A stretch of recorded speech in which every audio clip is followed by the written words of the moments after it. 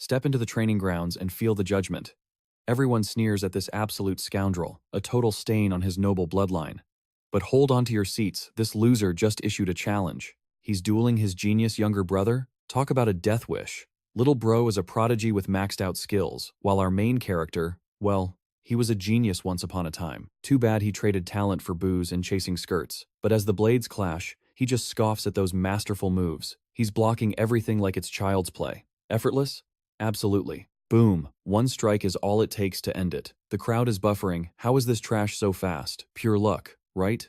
Wrong. Even when a top-tier knight steps up to humble him, the slaughter continues. Christian dismantles him even faster, serving a fresh dish of humiliation. Finally, the knight commander snaps. She's not letting this disgrace mock her elite soldiers any longer. She views him as nothing but a drunkard, destined for a gutter. Determination blazing, she lunges forward with a hurricane of strikes. It's over for him, right? Well, think again. He parries every single blow, leaving her jaw on the floor. In a split-second opening, he delivers a brutal headbutt. One bloody nose later, the commander is staring at her own defeat. Plot twist. Instead of rage, she's impressed. She wants to mold this bastard into a god-tier warrior. But how did this Zero become a hero overnight? Let's spill the tea. The soul inside isn't the original scoundrel, it's a genius from the future. Meet Chris, the ultimate jack of all trades. He's got that learn anything in a heartbeat cheat code active. To carve his path, he joined the legendary Heroes Party. With his versatile talent, he became the ultimate backbone of the team. A true MVP behind the scenes. They called him the Great Extra. But before he could truly shine, the world ended. The age of destruction arrived, and it didn't come to play. Tragic? Understatement of the century. The Demon King of Carnage emerged from the Magic Empire, turning the Dominion of Light into a playground of horror. Even the strongest hero was just a snack for this monster. The Dominion fell, and humanity lost everything. As Hero even took his final breath, he made one desperate request. He wanted Chris to step up and become the savior. Even wished for a miracle to turn back time. Chris? Not so much. After a life of back-breaking struggle, death actually looked like a cozy vacation from all the misery. Freedom from the grind. His final wish? Just let me be a rich brat in the next life. Fate listened, and boom, he regressed right back into the past. Talk about irony. He's reborn as a young master. Inside the Magic Empire. Yeah, the same place the Demon King calls home. Let that sink in for a second. Quick lore drop. Light is for humans. Magic is for demons, aka fiends. Chris was born into the Dark Magic clan, one of the Elite 12 ruling the entire empire. Edgy name, right? He's back 15 years in the past, 5 years before the apocalypse starts. Now, Chris is a wealthy brat, but there's a catch. The original owner of this body? Absolute trash. He's now Christian Van Baron Kazar. Chris remembers this guy from his past life, and let's just say he wasn't winning any Person of the Year awards. He's nobility, but being a Van means he's from a branch family. House Kazar serves the Baron County, the heart of the Dark Magic clan. It's a prestigious spot, even for a branch. Don't let the branch label fool you. The Kazars are loaded and influential. They have the kind of money that buys silence and power within the dark magic hierarchy. Every fiend in the empire knows the Kazar name. There are 2 heirs to this fortune, but Christian, the eldest, was a magnet for every kind of trouble imaginable. Here's the kicker. Christian was eventually assassinated by his own relatives. That's terrible news for our Chris, who just stepped into this walking death flag. All he wanted was a chill life as a rich kid with zero drama. Now, he's scheduled for an early grave. Why does the universe hate him so much? Crying over spilled milk won't save his neck. He's got exactly 2 years to change his fate. It's time to lock in and figure out how to avoid the dead ending. Since House Kazar is obsessed with honor, they probably offed the original Christian for being a useless embarrassment. A cleansing of the family name, if you will. Chris's master plan? Become the nicest guy ever and stay off the radar. Maybe if he's a model citizen, his family won't feel the need to stab him. With survival sorted, it's time to dream of luxury. But wait, there's a massive roadblock called the Age of Destruction. It's coming, and it's going to ruin everything. The Demon King of Carnage wants to sacrifice all of humanity for Ragnarok. By the time the world realized his endgame, it was already game over for everyone. Both empires were wiped out by one guy's ego. If Chris wants his rich kid lifestyle to last, he has to stop the literal apocalypse. No pressure, right? The Demon King is a raid boss, and he's backed by an army of loyal fiends. Stopping him isn't just about training, it's about power on a cosmic scale. The solution? Simple. Outmuscle the Demon King. To save the world, Chris needs to seize the throne and become the Demon Emperor himself. From extra to emperor, 5 years to plan, 1 world to save. If he pulls this off, the entire magic empire will be his personal playground. Step 1. Don't get killed by Dad. Enter the angry dad. Count Kazar is currently flaming Christian for breaking his grounding. He's definitely not a fan of his son's filthy mug showing up right now. Repent or die. That's the vibe. The Count issues a chilling ultimatum. One more mistake, and Chris's head is leaving his shoulders. This isn't just tough love, it's a threat. The Count's aura is so suffocating that Chris is literally shaking. Instinct kicks in, and he offers a sincere apology. He needs to fix his reputation. And fast. Chris is on a mission to erase the scoundrel label. He needs the Count on his side if he's going to survive. It's time for some serious damage control. He keeps the apologies coming, hoping to melt the old man's frozen heart. But let's be real, years of being a brat aren't fixed with one "I'm sorry." The Count isn't buying what Chris is selling. Meanwhile, Chris is internally screaming, trying to remember exactly what kind of mess the original Christian left behind. The original Christian was such a menace that the horror stories are endless. Chris plays the amnesia card, claiming he's reflected on his sins since losing his memory. He claims he's realized how much of a nightmare he's been. He takes full responsibility for ruining the family name. But Dad? Still 100% skeptical. He's heard it all before. Words are cheap, so Chris decides to go full hardcore. He needs a gesture so extreme that even the Count can't ignore it. It's time to roll the dice. He begs for the punishment cave for a whole month. If that doesn't prove he's changed, nothing will. Is he a hero or just suicidal? Let's find out. The punishment cave is basically a VIP nightmare for fiends. No light, zero senses, just you and your demons. It's a mental blender for any captive. Usually, it only takes days to shatter a person's mind. But our guy volunteered for 30 days of pure sensory hell. Is he brave or just plain crazy? We'll see. Count Kazar expects a total mental collapse. He is certain Chris won't survive a single day, yet our main character has already calculated every variable. This is the final path to reclaiming his father's favor. Chris is ready for this gamble, but the Count has heard these empty promises before. Past failures haunt his judgment, yet he grants one final mercy. However, the ultimatum is absolute. Fail to change, and face the consequences. Exile is a guaranteed death sentence. The original Christian left a trail of vengeful enemies, just waiting for the clan's protection to vanish. Our guy accepts the deadly stakes without flinching. But if he triumphs, he demands a specific favor in return. The Count sneers at such baseless arrogance, but agrees anyway. He truly believes his son's success is a complete impossibility. Later, in his opulent chambers, a half-vampire butler named Cox arrives. The dreaded punishment cave is officially ready for his arrival. Chris shoulders his gear and begins the long walk. Every servant in the manor is whispering. They think the family failure is plotting another scheme. They're still reeling from the Poison Magic Clan scandal. Christian's insults were so legendary that the entire household faced utter ruin. Count Kazar had to literally beg for forgiveness. No wonder the old man is so furious. The humiliation was enough to kill his pride. The onlookers are actually placing bets. They're convinced Christian will come crawling out within 2 days, but our boy just smirks at their ignorance. He is ready to shatter their expectations. Meanwhile, his younger brother watches from the shadows, eyes narrowed with intense suspicion. They finally reach the abyss of the punishment cave. This place radiates a do-not-enter energy that would terrify any normal person. 2 terrifying death knights stand guard at the gate. Chris prepares to enter the darkness, but a sharp voice stops him in his tracks. Meet the family's annoying prodigy, Christian Van Baron Kazar. He is the main character's biological brother and a total pain. Out of nowhere, the little punk strikes. His blade stops inches from Chris's eyes. It's a classic display of brotherhood through violence.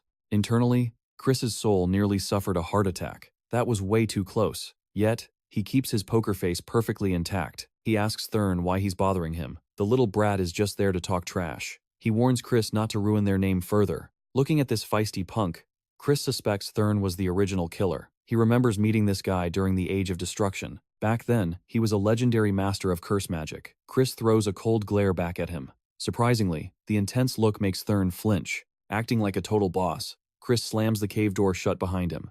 Thurn is left fuming at the sudden shift in attitude. Inside the cave, silence and darkness take over. All 5 senses are completely cut off. Only a faint tingling remains in his fingertips. It's a cruel design to keep prisoners from starving. They have to feel their way through supplies just to survive another miserable day. A normal man would lose his mind here, but Chris has survived much worse as a treasure hunter. This isolation is actually a massive advantage. Sensory deprivation? Perfect. Now he can focus entirely on his internal mana and fix this absolute wreck of a body. It requires time, luck, and the legendary medical skills of the Divine Hand. Combined with his modified bone compression art, Success is inevitable. Being a rich noble finally pays off. He has magic stones for every occasion. Fixing his damaged foundation will be a total breeze. These stones are worth a literal fortune. In his past life as the hero Evan, he had to bleed just to see one. Step 1. The White Magic Stone. It will purge every drop of poison from his veins. Let the purification process begin. It's a tedious, agonizingly slow process. Meticulously cleaning toxin buildup requires absolute focus. A single slip-up would cause soul-shattering pain. For Chris, this is just a walk in the park. He's doing it with zero effort. Meanwhile, the Count asks about his son's status. The butler reports that Christian entered without a fight. He expects the boy to be broken and begging soon. These words only deepen the Count's anxiety. He starts second-guessing the harsh punishment.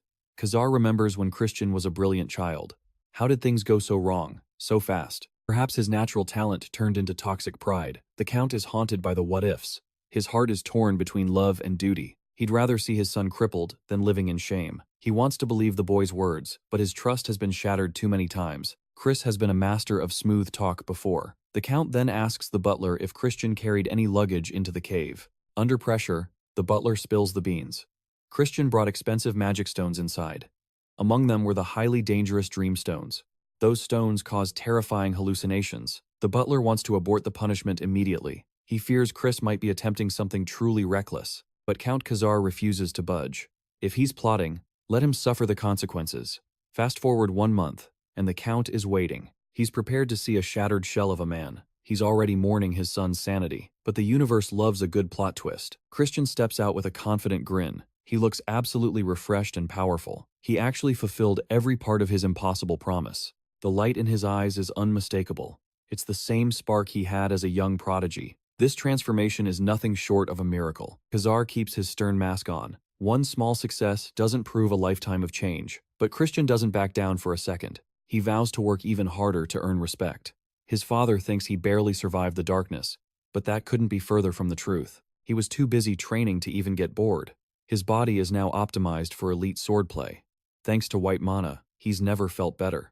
The Dreamstone changed the game. His butler feared the narcotic stone, but Christian's stubbornness was a stroke of absolute genius. Hallucinations slashed his metamorphosis time. He didn't just survive, he forged dual cores. Christian was feeling incredibly smug about his progress. He emerged from that death trap feeling like a god. 2 cores? That's unheard of. He was clearly a once-in-a-century genius. He hid his light core deep inside the darkness. If the clan found out, the fallout would be explosive, but his luck was only starting. Someone wanted him to break under the madness. Little did they know, Christian used that malice as fuel to evolve even further. Back in reality, Christian demands his promised reward. He wants the Black Swamp training grounds. Count Kazar's face twists in pure, unadulterated annoyance. A trash son in the elite sanctuary? Ridiculous. The Black Swamp Knights are the iron fist of the dark magic clan, reserved for legends. Only the elite can showcase their skills there. But Christian stands his ground. He faces the Count's intimidating gaze without blinking like a boss. He's not joining, he's just spectating for inspiration. Smooth move. Kazar reluctantly agrees, likely hoping to see his son fail miserably. Don't shame the family or you die, Kazar warns coldly. Christian just shrugs and asks for one more favor before the old man leaves. Christian arrives at the grounds, and the whispering starts immediately. Look, the family's disappointment is here, the knights sneer, not even hiding it. In this empire, bloodlines mean nothing if you are weak. Being the Count's son just makes him a bigger target for their mockery. But Christian isn't here for a workout. He has his eyes on the ultimate prize, the forbidden library containing the clan's darkest secrets. To enter, he needs a recommendation from Deputy Commander Mellon. Only then will his father hand over the keys to the Magic Kingdom. That library holds every dark grimoire the Kazar house owns. To master dark magic, Chris must play this game and win her favor. Why the security? Well, the original Christian once tried to sell top-tier spells on the black market. Even the new Chris is cringing. Good for nothing was an understatement for his past life. Now, his top priority is charming the deputy commander into signing that recommendation. Suddenly, his bratty brother Thurn appears. He wastes no time throwing a barrage of colorful insults at his older brother like a typical villain. Dealing with this kid is a total drag. But then, a smirk forms on Christian's face. This might actually be the perfect opportunity for chaos. Thurn orders him to turn around and never return. Don't waste the life you barely saved, he sneers, acting like the main character. Chris fires back with pure sass, making the brat shudder. Revealing that their father gave him permission sends the kid into a confused spiral. Then, a true power walks in. Deputy Commander Mellon's glare could cut through steel. She clearly can't stomach Christian's presence here at all. She unleashes a 4-star dark aura, trying to crush him. Most kids would be sobbing, but our boy isn't even breaking a sweat. Christian remains completely unshaken. The onlookers are stunned. How is this trash standing tall against such overwhelming, soul-crushing dark pressure? Even Mellon tenses up. This kid isn't just brave, he looks completely unhinged. Christian just gives her a casual, chillingly calm greeting. He plays it cool, acknowledging his past mistakes. "I know I'm a mess," he says, "but I'm ready to prove I belong here." His proposal? A duel. He'll fight one of the fiends to prove his worth. Mellon dismisses it as a pathetic, laughable joke. "Stop the Oriflex," Christian says calmly. He asks for a bare-knuckle duel since his mana is low from his party boy lifestyle. Mellon hesitates. Even if he's trash, he's still the Count's heir. She can't let him get accidentally murdered on her watch today. "You sure about this?" she asks. Christian remains confident and points at his target. He wants to fight his beloved brother, Thurn. Thurn is absolutely livid. Being challenged by the family failure is the ultimate insult. Even Mellon thinks Christian has a death wish. "Choose wisely," she warns. Thurn is a 2-star prodigy at 13. That is a level most people never reach in their entire lives. It takes monstrous talent to hit 2-star that young. To everyone else, Christian is just walking straight into a brutal meat grinder. But our hero is firm. "I need someone stronger to prove my worth," he declares. Fighting Thurn is the optimal way to shut them up. He drops the bait, asking if Thurn is scared. The brat bites instantly. The duel is set, and the atmosphere is electric. They face off in the center. The other knights gather like vultures, waiting to see the trash get pulverized by the genius brother. "How do we win?" Christian asks. He suggests surrender, but Mellon, feeling petty, has a much more brutal idea in mind for him. "Fight until someone is incapacitated," she declares. She wants Thurn to shatter his brother's bones so the loser can't even beg for mercy. Christian isn't worried about himself. He's worried he'll hurt the kid too much. These jabs send Thurn into a literal murderous rage. Chris seizes the opening. Slap. He delivers a stinging backhand that echoes through the grounds. Humiliating? Yes. Fair? Absolutely. It's a duel. Thurn tries to swing back, but Christian ducks like it's slow motion. If Chris is being honest, this is practically an unfair fight. A non-ranked fiend shouldn't stand a chance against a 2-star user. But in a fistfight, the rules of the game change completely. Thurn's moves are amateur hour. Chris finds an opening and drives a brutal knee straight into the kid's stomach. Ouch. That's gotta hurt. Why is he winning? Experience. Christian has the muscle memory of 1,000 wars. Plus, his light powers are already at 3-star level. Basically, the prodigy never stood a chance. Thurn looks like a total mess, and the crowd is watching in absolute, terrified silence. Chris keeps poking the bear, throwing jabs just to tilt his little brother. Internally, he's having a total blast watching this brat struggle to breathe. Thurn is convinced there's some foul play involved, but Christian shuts him down. "There are no tricks here, kid. You're just straight-up weak sauce." That burn hits deep. As Chris keeps up the goofy trolling, Thurn finally snaps. He clenches his fist as ominous dark energy begins to ooze from his body. He swings, but Chris dances around the blow with ease. Thurn launches a desperate barrage of strikes, yet nothing connects. Finally, Chris parries a pathetic punch. After neutralizing his brother's edgy dark energy, Chris delivers a devastating counter. One single strike sends Thurn coughing up blood before he faceplants into the dirt. The crowd erupts into whispers, claiming Thurn was just holding back. They refuse to believe their golden boy got clapped by the family's resident loser. To them, this makes zero sense. However, Deputy Commander Mellon saw everything, and the sheer impossibility of it is making her brain absolutely melt. Chris turns to her, asking if his point is proven or if he needs to humble someone else. Stunned, Mellon can only nod and confirm his victory. That confirmation is music to his ears.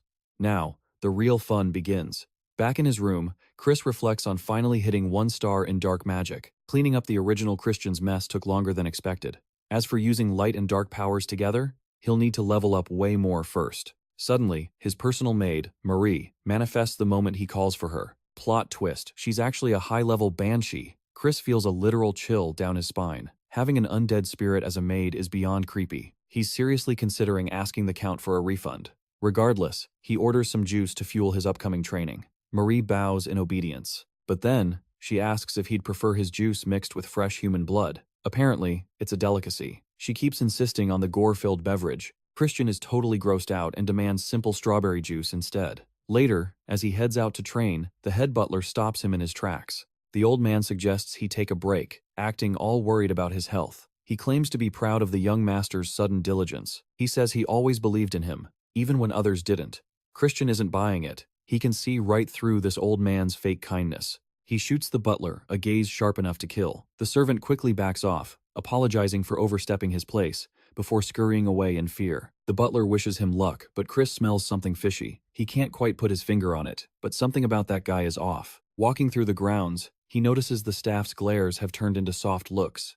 It's the perfect time to start winning these people over. He decides to strike while the iron is hot. As he begins his sword practice, a scout rushes to inform Deputy Commander Mellon immediately. The report is simple. The young master is back at the training grounds. Hearing this, Mellon's expression turns incredibly serious. She's genuinely curious now. His movements against Thurn were way too precise to be a fluke. She needs to know what he's actually planning. What really haunts her is how he perfectly countered that dark energy. It's clear now that he was running the show from the very start. Could he actually have more talent than the main heir, Lord Eshed? The thought is wild. If true, the family hierarchy is in for a shock.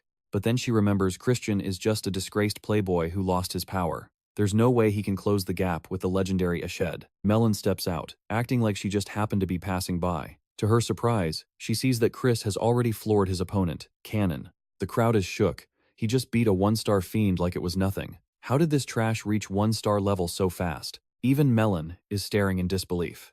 Chris, however, is just bored. These supposedly elite Black Swamp Knights are proving to be major disappointments. He asks aloud if there's anyone here who can actually fight. The knights nearby are fuming at the blatant disrespect coming from his mouth. A massive tank named Torin steps up to the plate. Chris just beckons him forward with a smirk. These clowns are walking right into his trap. Torin lunges with his blade, and the two clash in a heated exchange. As their swords spark, Chris is busy doing some mental homework. He knew they wouldn't teach him their secrets willingly, so he's just stealing them. He's mapping out every single move Torin makes in real time. He identifies the style as the infamous MUD swordsmanship. Having seen enough, he decides to give the technique a little test drive himself. The second he mimics the move, he lands a clean hit on Torin's face. Just like that, the mighty warrior is kissing the pavement. The observers are speechless, especially Mellon. She finally understands that his previous win wasn't some lucky break. This guy is the real deal. Our boy just sighs in disappointment. He used to look up to these guys, but now they're just glorified punching bags for his morning workout. He then looks Mellon dead in the eye, mocking her for raising such pathetic warriors. The crowd panics. You don't just poke the commander like that. Mellon is fuming, convinced his ego has grown way too big, but Christian doesn't care. He straight up challenges her to a duel right there. He takes the bait instantly. In a blind rage, she swings her sword with enough force to literally shatter the ground beneath them. Her anger is overflowing after all the trash talk he spewed. This flex is meant to prove she could end him in a heartbeat. Chris admits she's stronger, but he pulls the fairness card. According to the rules, using dark energy is capped based on the opponent's level. Since he's only 1 star, she's technically forbidden from going all out. He suggests they settle this with wooden swords to keep things even. Mellon agrees, thinking a wooden stick is plenty to snap his legs. She's done talking. It's time to teach this brat a painful lesson. The duel ignites. Mellon strikes first, raining down blows, but Chris meets her head-on. The air screams as their wooden blades collide in fury. Their speed is blinding. The audience can't keep up, and Christian is actually dominating Mellon. No strikes are landing. This weakling is dancing around her like a total pro. Chris starts trash-talking, making her blood boil. She swings her dark-infused sword in rage. He dodges effortlessly and, wham!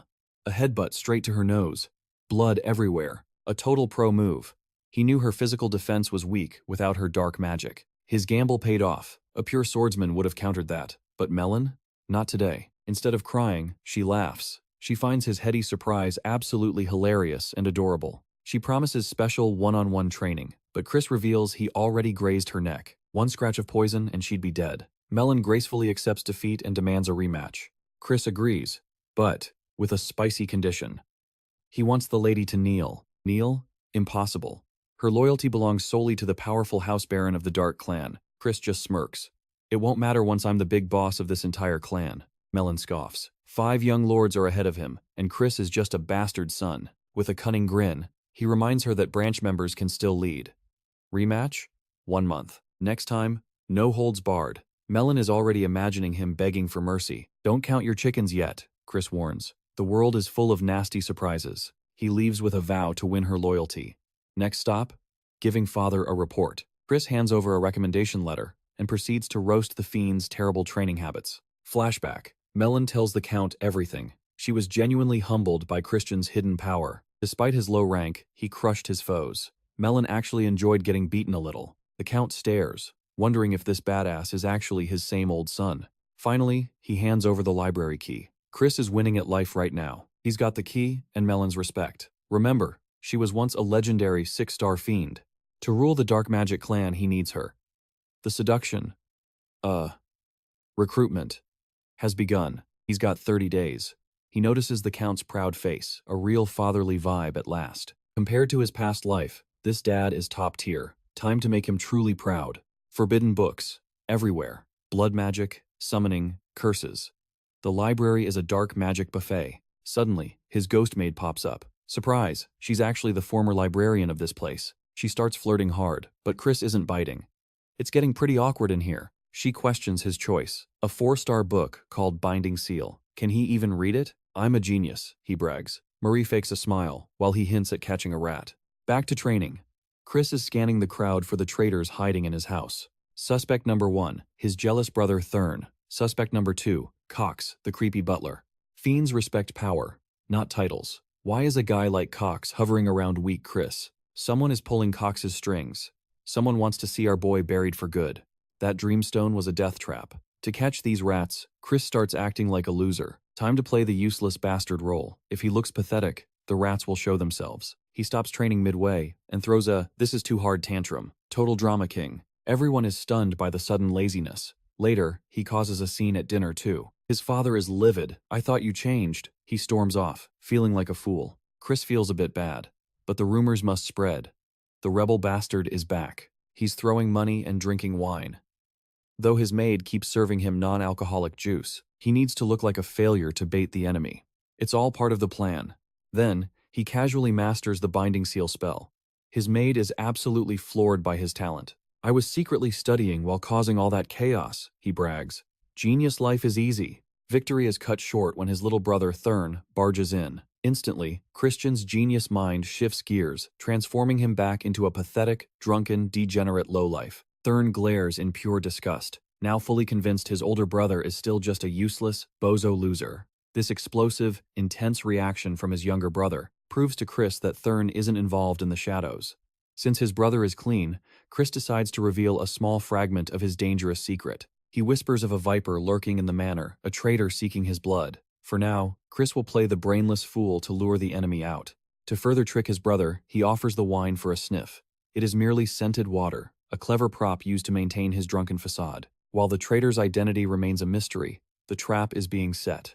Suddenly, a servant bursts in, and Chris instantly snaps back into his belligerent persona. He bellows for the servant to tell Butler Cox that this vintage is swill. The servant bows nervously, stuttering that the butler is currently occupied elsewhere. Staggering like a sailor after too many bottles, Chris decides to pay a personal visit. Thurn watches, speechless at his brother's sheer commitment to the role. The acting is truly legendary. Upon finding Cox, Christian accidentally tips a full bottle of wine directly onto the butler's head, soaking him completely. Red liquid drenches the man as Chris screams about being sabotaged with trash. Cox remains eerily calm, promising to bring a better bottle immediately. Chris demands to raid the cellar himself. The butler struggles to keep his professional mask from cracking under the pressure. Cox claims he has urgent duties, but Christian's relentless trolling pushes him to the limit. Finally, the butler relents and leaves to fetch the wine. The man's patience is terrifying, but Chris can feel the hidden malice radiating from him. Once alone, he begins diving through the butler's private documents. He sifts through the records, and a wicked grin spreads across his face. It seems the loyal butler has been embezzling a fortune from the family. Financial fraud is expected from a rat, but there is still no concrete proof of treason. Moments later, Cox returns with the correct bottle of wine. Still playing the fool, Chris accepts the bottle, wondering aloud if he's upset the butler. But the man remains a perfect, blank slate of servitude. He claims it is an honor to serve his young master.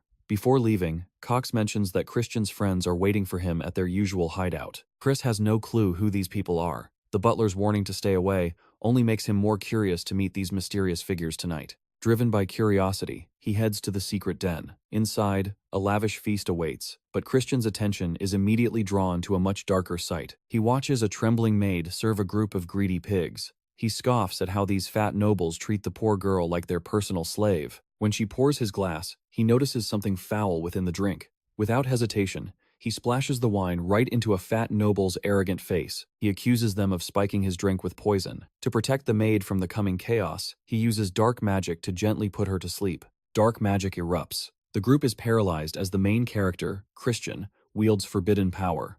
Before they can even blink, my guy slams the culprits onto the table. Blood sprays everywhere as he draws a cold, sharp dagger. No more lies. The interrogation breaks the skinny rat, who confesses they were blackmailed with illegal drugs. They were hired to frame Christian for a maid's murder. He demands the mastermind's name. The coward finally hesitates. Time to show this bastard who's boss. Terrified, the skinny man reveals the truth. Butler Cox is the snake. They beg for mercy, promising total loyalty. Christian offers a deal: obey every command or face a painful end. He binds them twice with a dark spell. Meanwhile, Cox rushes to Count Kazar to report a fabricated murder. He claims a drunken Christian killed the maid and dumped her in the river. What a pathetic little rat. The Count demands justice. Christian is dragged to court, but he faces the charges with a smug, defiant grin. The Count isn't convinced. He insists on witnesses to prove the young master's guilt. Oh, he is serious. Christian calmly states there was no murder. Suddenly, the dead maid walks in perfectly alive. Absolute courtroom chaos. The conspirators start sweating buckets. The maid reveals Christian was a gentleman who even helped pay her rent. She points at the real killers. The court erupts in shock as their treachery is finally exposed. My guy uses his magic mojo. The culprits start chirping like parrots, admitting they fabricated the entire murder report. They name Butler Cox as the mastermind. The old man starts screeching excuses like his miserable life depends on it, which it actually does. Christian knew this clown would react like this. He was 3 steps ahead. He asks his father for temporary authority. Just one question for Cox to separate the milk from the water. Permission granted. Cox is forced into the defendant's box while Chris prepares to ascend the judge's stand. A warning from his father: don't abuse the power. Chris takes the seat, ready to play judge and executioner. With his new authority, he begins. He demands the defendant swear an oath to tell nothing but the truth. Cox swears twice, and bam, the binding seal activates. The crowd is stunned. How does a brat have 4-star magic? A legendary 4-star spell from a mere kid? We need to talk about this binding seal. Our MC actually modified the binding seal for lower ranks. The hilarious catch? The target must swear twice. Finally, we see why Chris forced that jerk Cox to curse. It was a total pro-gamer troll trap. Our hero forced those goons to promise twice before hijacking their brains. With the binding seal active, he grills this total trash. Why hire thugs to slander him? The seal devours Cox's mind the second he hesitates. He tries to endure, but failing. Finally, he cracks. He's just a pawn for someone else. A mysterious figure threatened him over his dirty financial secrets. Cox was trapped. But before the final name, our guy demands a confession about the embezzlement behind the Count's back. Fact confirmed. Chris pushes for the mastermind's identity. As Cox resists, the agony of the seal becomes unbearable. Sir Eshid. That name drops like a nuke. The Dark Magic Clan's second son was pulling the strings all along. Cox panics, knowing Eshid will kill him for talking. But before the villain can act, Chris severs the traitor's head.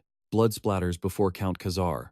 Before the crowd can start yapping, Chris claims he's just exercising the Count's borrowed authority. The Count demands an explanation for the execution. Chris's logic? Leave him alive, and the main family just covers it up. Why risk their wrath later? Plus, the world now knows Ishid's sabotage. Suddenly, the Count conjures a portal for a private chat. Father and son step into the secret training grounds. There were way too many witnesses in that courtroom for this talk. The Count knows Eshid's desperation stems from the succession war. Power is everything when choosing who leads the family next. Since the eldest son is out, the Count leans toward the First Lady. Eshid is naturally feeling the heat now. But then, Chris drops a bombshell. He's volunteering as the next successor. The Count practically laughs at the absurd idea. It's impossible. Yet Chris reminds him that any branch member can lead if they possess the legendary talent required. The Count scoffs, calling it an unprecedented pipe dream. That's when Chris points out that Eshid already views him as a threat. The Count admits Chris was talented as a kid, but Eshid is leagues ahead now. The gap seems way too wide. Chris isn't worried. He is already catching up. He asks his father to use his influence for the upcoming Sacred Dark Rite. 2 months remain, but there's a catch. You must be a 2-star warrior just to enter the ritual's gates. 2 stars? Easy. Chris promises to hit the rank in 60 days. The Count, intrigued, finally decides to humor his son. Servants are whispering about the young master's total transformation. Rumors swirl that the Count is personally molding him into a monster. The training is so brutal, even elite knights would crumble. We cut to our boy, shredding air with newfound sword techniques. The Count is floored. Chris is adapting at a godlike pace, mastering complex moves in mere days. Talk about a genius. Another shocker, Chris blends mud swordsmanship with blackside energy, turning a training dummy into confetti with one strike. This ultimate technique transcends basic limits. The Count's soul practically leaves his body seeing such raw, impossible prowess from his son. Dual casting techniques usually mess up curses, but Chris shrugs. It's not even an inconvenience for this absolute madman. 15 days pass. Our boy is face down in the dirt. He can master sword mojo, but cardio? That's the real boss battle he can't cheat. As he gasps for air, Deputy Commander Mellon appears. She's here with a friendly reminder about their fast-approaching duel. She's thirsty for their next clash. While he's improving, she mocks him, claiming he'll never close the massive power gap. Making her kneel? Just a dream, she sneers. But Chris's eyes burn with confidence. He's going to make it a reality. She digs his warrior spirit. Before leaving, she tells him to bring his best, mostly so he can actually entertain her. For context, Mellon is an upper 4-star beast. Chris is just a lowly 1-star. The tears make the gap look vertical, but our bro has a plan. Being a rich brat has perks, and he's ready to leverage every gold coin to win. He meets his evil spirit maid, Marie, who looks drop-dead gorgeous. She's treating their first outing like a high-stakes date. "I didn't invite you," Chris groans. He just wanted his bags packed, but Marie's obsessive love is on a whole different level. He asked his dad for a normal human attendant, instead of this love-struck banshee, but the master-servant contract is absolute. A high-ranked banshee needs a contract to stay in line. And the exit clause? It's a spicy, deep kiss with Marie herself. Back to reality. Chris reminds her she can't come. They are headed to a crowded place where her dark energy might leak. He doesn't want her hurting bystanders. Instantly, Marie transforms into a sobbing, adorable puppy to trigger his guilt. She hasn't seen the world in decades. Her charm offensive works, and Chris reluctantly lets her tag along for the ride. "Stay away from others," he warns. Marie flips from sobbing mess to glowing beauty instantly, following him with a mischievous grin. She's curious about their goal. To rack up profits, he says. Marie immediately showers him with gold, confused by his greed. "Put the money back," Chris snaps. "It's not enough." She keeps guessing. Land? More gold? Every guess is hilariously off the mark. At the carriage, another uninvited guest waits. It's his little brother, Thorn, looking like a total snobby brat ready for trouble. Thorn's here to supervise. He's worried Chris might revert to his old scoundrel ways if left alone. What a headache. It doesn't help that this guy is flaunting his gambling dreams like some wannabe influencer.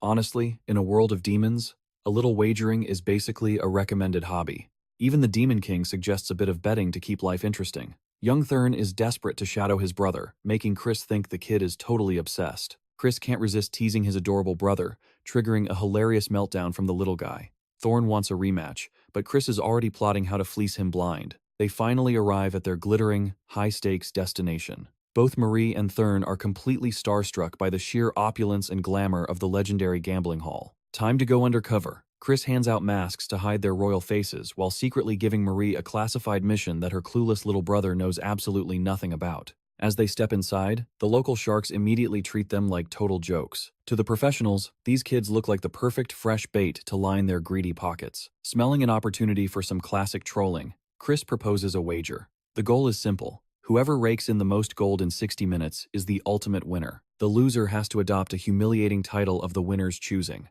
Chris picks a ridiculously long name for himself, expertly baiting his brother's massive ego into the trap. Thurn charges in with fiery resolve, while Chris casually wins his first round. Our main character knows the house is rigged with dirty secrets, but he's playing along. The casino's strategy is classic. Feed the player's ego with tiny wins at the start, then pull the rug out the moment they place a massive, life-changing bet. While Chris sees the trap, poor Thorn is falling for every trick. To make it worse, Chris is actively tilting him, ensuring the kid loses even more out of spite. Chris notices the professional con artists have already locked onto his brother like vultures. He can sense they're about to exploit the poor kid's losing streak for everything. Annoyed and stubborn, Thurn keeps gambling despite the warnings. Little does he know, this downward spiral is exactly what his devious big brother wanted to happen all along. While Thurn is busy losing a staggering 10,000, an invisible Marie has already scouted every single con man in the building. It is finally time for the counterattack. After the session, Chris heads straight for the top brass. The servants are terrified as he demands to see their master, the Merchant Guild's very own Grantle, immediately. Grantle is known as a shrewd businessman, but he is secretly the corrupt owner of this den. Chris demands a private chat with the snake to settle the score. Our main character straight up accuses him of scamming his little brother. The merchant plays dumb, claiming he can't possibly control every single dealer in his massive gambling hall. Then Marie steps in, radiating pure killing intent. The merchant instantly hits the floor, begging for mercy and offering a fat stack of compensation to stay alive today. Chris has him right where he wants him. He demands 1 million rupees for the emotional damages. The merchant nearly has a heart attack at the insane price tag. Since they don't have that much liquid cash, Chris mercifully drops the price to 200,000. It is still a fortune, but the merchant greedily agrees to pay. With the gold secured, Chris makes one final request. Cut to the aftermath. He is fully geared up with combat loot and a bonus artifact called the Holy Sword Grenade. This blade is legendary, forged from a hero's very soul. Even after that hero fell to corruption, the demon realm still held this divine weapon in the highest regard. Now, it is just a dusty relic, but Chris has big plans for it. He also gifts Marie that beautiful pendant she liked, proving he is actually a total sweetheart. He claims it means nothing, but Marie is deeply touched. It is the first gift she has received since her death, making it a truly priceless treasure to her. Satisfied with his decision, Chris decides it is time to head home. Marie responds with the brightest smile ever, promising even more blood juice, which sounds incredibly ominous. Turns out that delicious strawberry juice he has been chugging? It already had her blood in it. Chris can only pray she is just pulling a twisted joke. Suddenly, Chris realizes he forgot about someone. Poor Thurn was robbed blind until he had exactly 1 rupee left to his name. Talk about a devastating day at the casino. Thorn is absolutely fuming. He was nearly sold into slavery while his brother was busy napping. But the sleepyhead just smirks, reminding Thorn of their little winner's wager. It is time to pay the price for losing. A look of pure horror looms over Thurn's soul as he realizes the humiliating destiny his brother has cooked up. He now has to call Chris, Honorable King Emperor Majesty, Big Brother. The poor guy is dying of embarrassment, while Chris enjoys every second of this psychological torture. Respect is mandatory from now on. Thurn turns to leave, swearing he will make him regret this one day, but I doubt that day will ever actually come. Meanwhile, playful Chris knows his inevitable death might come from this boy. He knows that scumbag Eshed is involved in such a dark outcome for his future self. As the son of the clan's acting patriarch, Eshed is the top heir. Chris might just be a soul inhabiting this body, but he is not about to lose. Becoming the heir means a collision course with Eshed is unavoidable. Knowing the grim fate that awaits him, Chris is hell-bent on declaring a full-blown war of revenge. For now, he needs full support, and that holy blade. The sword known as Grenade has broken many warriors, and lately, not a single man dares to touch it. Curious if he has what it takes, Chris grips the hilt tightly. Suddenly, the blade issues a sharp shock. It seems the sword is not a fan of him. It is the representation of light, after all. But our boy is ready to bend the rules. He believes deciphering its magic power pattern will finally do the trick. He begins hammering away at the blade, sensing the struggle. This is not just smithing, it is a battle of wills between a stubborn master and a legendary weapon. Showing his insane conviction, Chris declares he will beat the ever-living crap out of the weapon until it obeys. He has all the time in the world for this. The hilarious part? Even the legendary weapon is shivering in fear. It seems the sword knows when it has met a complete and utter psychopath of a master. Days later, Chris heads to the training grounds to meet his father. To his shock, he sees a stern, beautiful woman.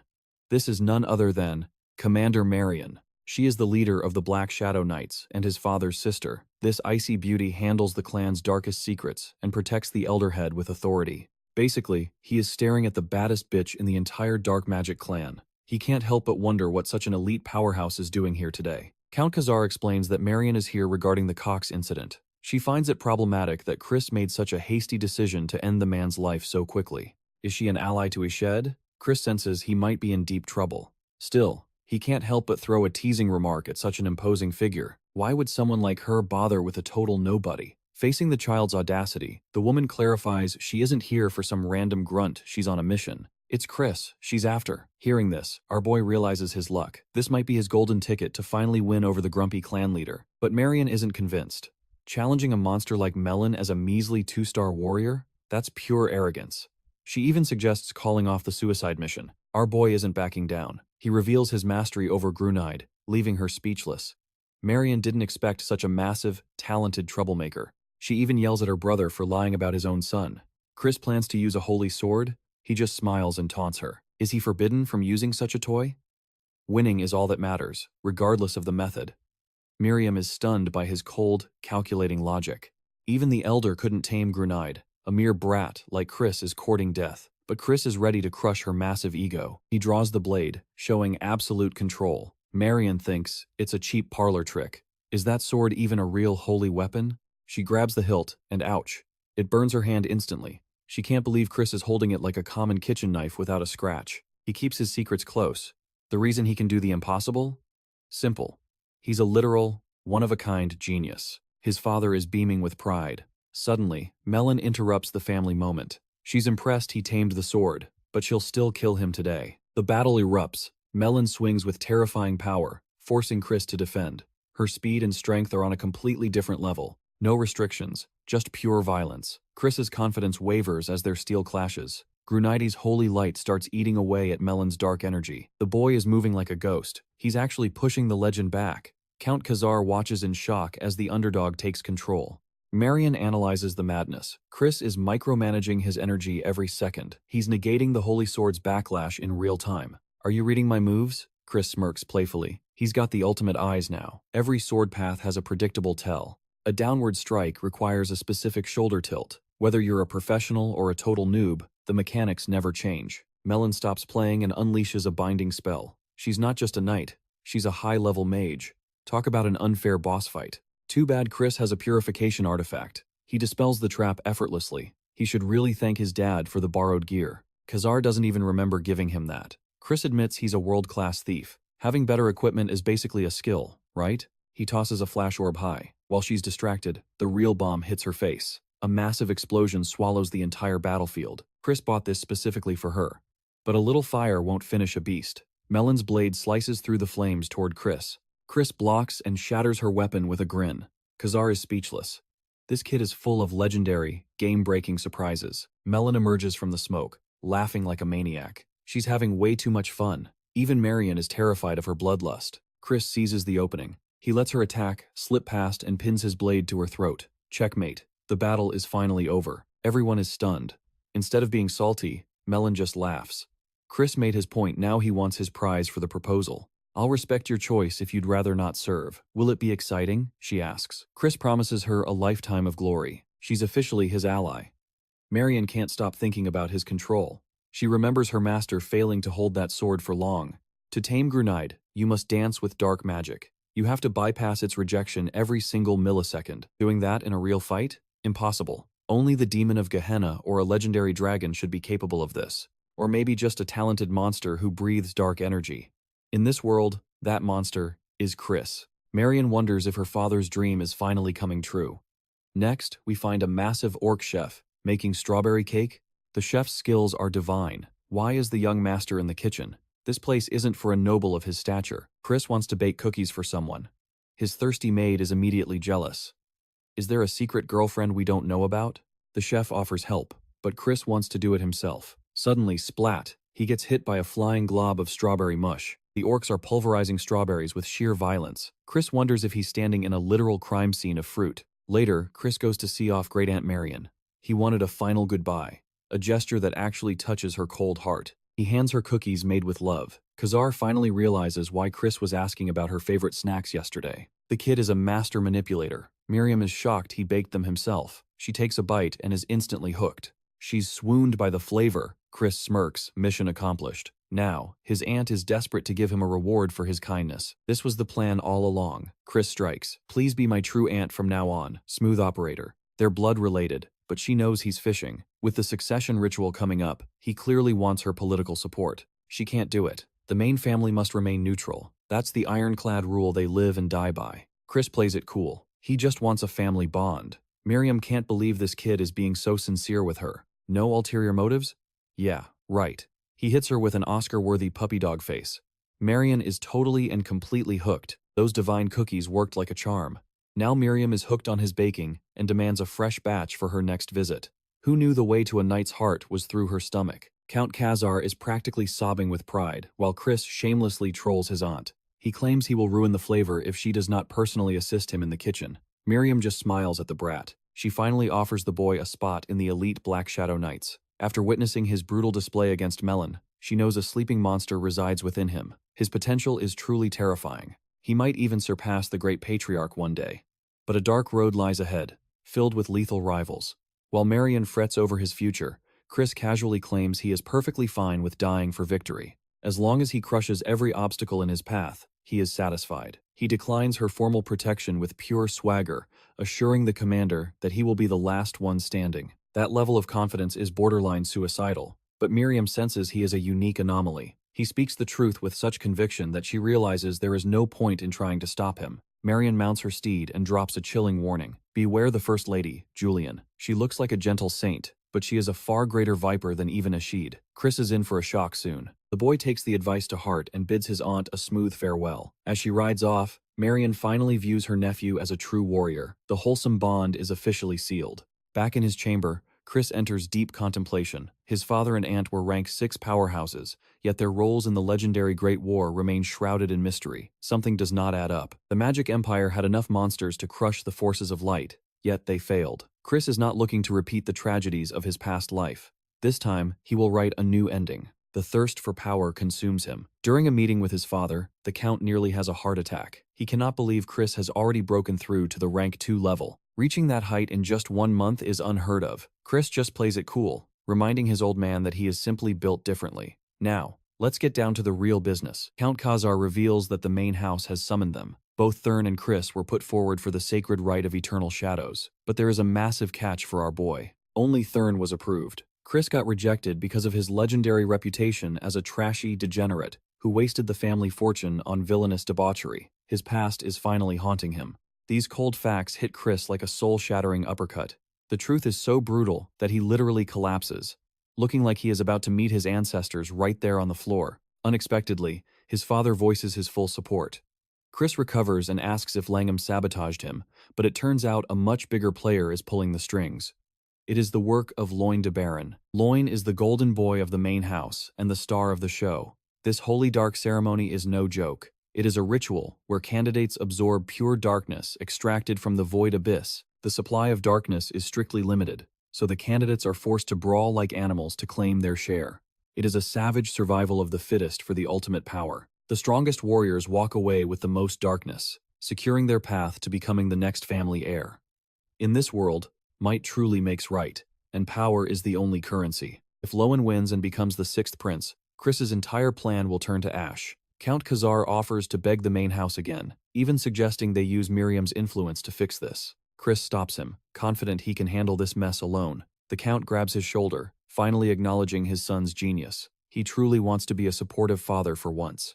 The kid actually appreciates the gesture, but he is still a bratty scoundrel at heart. He makes a terrifying villainous face just to remind his father that he is not a typical hero. Chris asks if the Tyerman family is joining. It turns out their 3rd son, an even bigger lowlife than Chris, was the one who vouched against his participation. Talk about the pot calling the kettle black. Watching his father fly into a protective rage, Chris realizes the old man truly loves his kids. He tells his dad to chill out while he prepares a special surprise for his haters. He plans to make them eat their words in the most painful way. Since the Tyermans are hosting the Ebony Hunt, Chris decides he will just crash their party as a participant.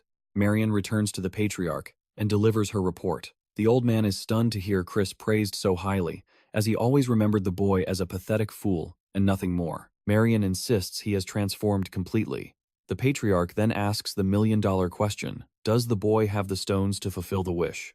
Marion reflects on that desperate, impossible goal. That wish requires overturning fate itself and breaking the shackles of death, using forbidden taboo magic. It is a suicidal task, and Marion is still unsure if any mortal can achieve it. However, she can say one thing for sure. This kid is the only soul with a chance of making that miracle a reality. Hearing this, the Patriarch feels a spark of hope. Even though the family council blocked Chris from the ceremony, the Patriarch refuses to intervene. He believes the boy must find his own solution to overcome this trial, if he is truly the one. Marion tries to argue for the kid, but the old geezer shuts her down with a chilling glare. He is done talking. Chris is on his own in this den of wolves. This is the man the Patriarch is. He has astronomical expectations, and becomes a cold-blooded tyrant to those who fail. He never expected Marion to become such a fan of the boy. The Patriarch summons Simon, the head steward and a dangerous bloodsucker. Simon is ordered to shadow the boy's every move until the Holy Dark ceremony begins. The surveillance is officially on. Simon is happy to oblige, but he also wants to play a little prank on the child.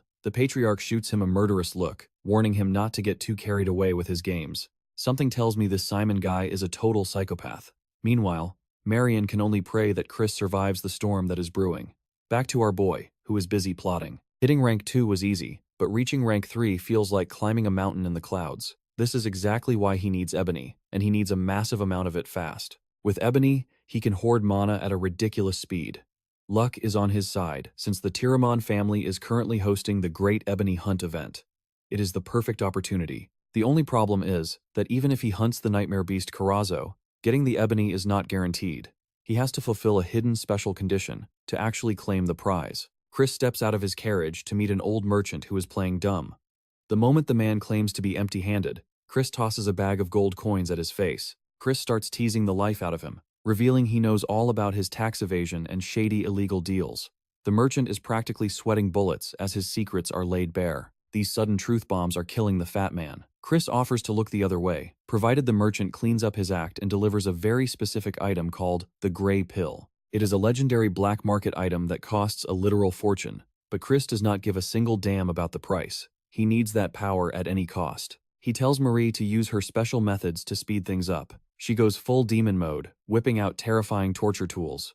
The merchant folds like a lawn chair instantly. Chris is highly amused by the cowardice. He also demands a high-grade dagger and custom armor before boarding his carriage. He is gearing up for a slaughter. While the merchant curses Chris's entire bloodline in his head, he can only bow in defeat. Marie learns that her young master has one more secret destination before they head home. Ordering the carriage to a halt, he departs alone. Marie spots him eyeing a mysterious pink aphrodisiac with pure intimidation. Meanwhile, the maid's mind is racing, wondering if her master's been up to some seriously sus business. Chris denies the scandalous claims, but Marie's intensity hits 100 with a menacing JoJo stare. Turns out, our boy needs that pink potion for someone else entirely. It's for his aging father. He coldly warns the server to take this secret to the grave, or else.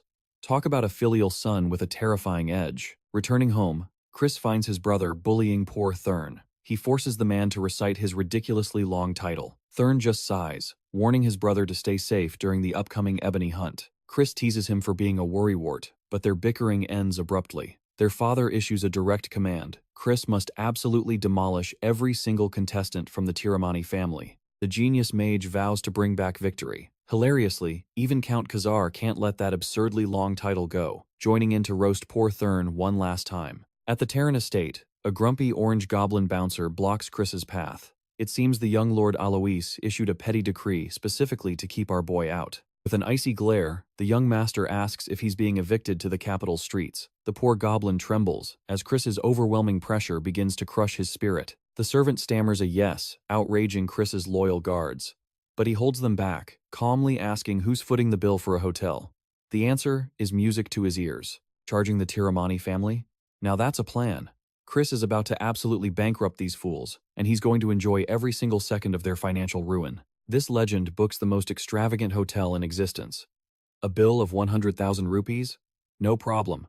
Chris loves nothing more than burning someone else's mountain of cash. Suddenly, his luggage bursts open. Out pops Marie, like a cursed jack-in-the-box. Chris is completely stunned by this development, wondering what kind of madness has possessed his maid. She literally stowed away in a suitcase. As Chris fumes over his loyal maid's antics, the peace is shattered. Alois, the third prince, arrives with a thunderous roar. The prince is livid over that massive hotel bill. Despite Alois being the supposed star of this year's ebony hunt, Chris treats him like a total clown. He intentionally chose the most opulent estate to provoke the prince.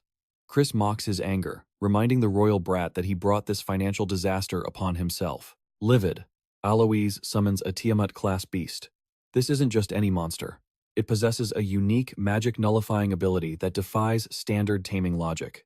Things are getting spicy now. This forbidden art uses dark magic to enslave beasts through sheer terror. It's a complex process of breaking a creature's soul that takes years to truly master. Chris doesn't flinch. He's ready to discipline this oversized kitty. He calls for his own defense, but instead of a legendary sword, he settles for a simple wooden staff. Taunting the prince to do his worst, the beast lunges. Chris effortlessly blocks the savage strike with his stick. Seriously, the audacity of this man is off the charts. Standing his ground took absolute guts. After being pushed back, Chris mocks the prince for needing a giant monster to fight his battles. Is he really complaining about fairness? He proposes a bet.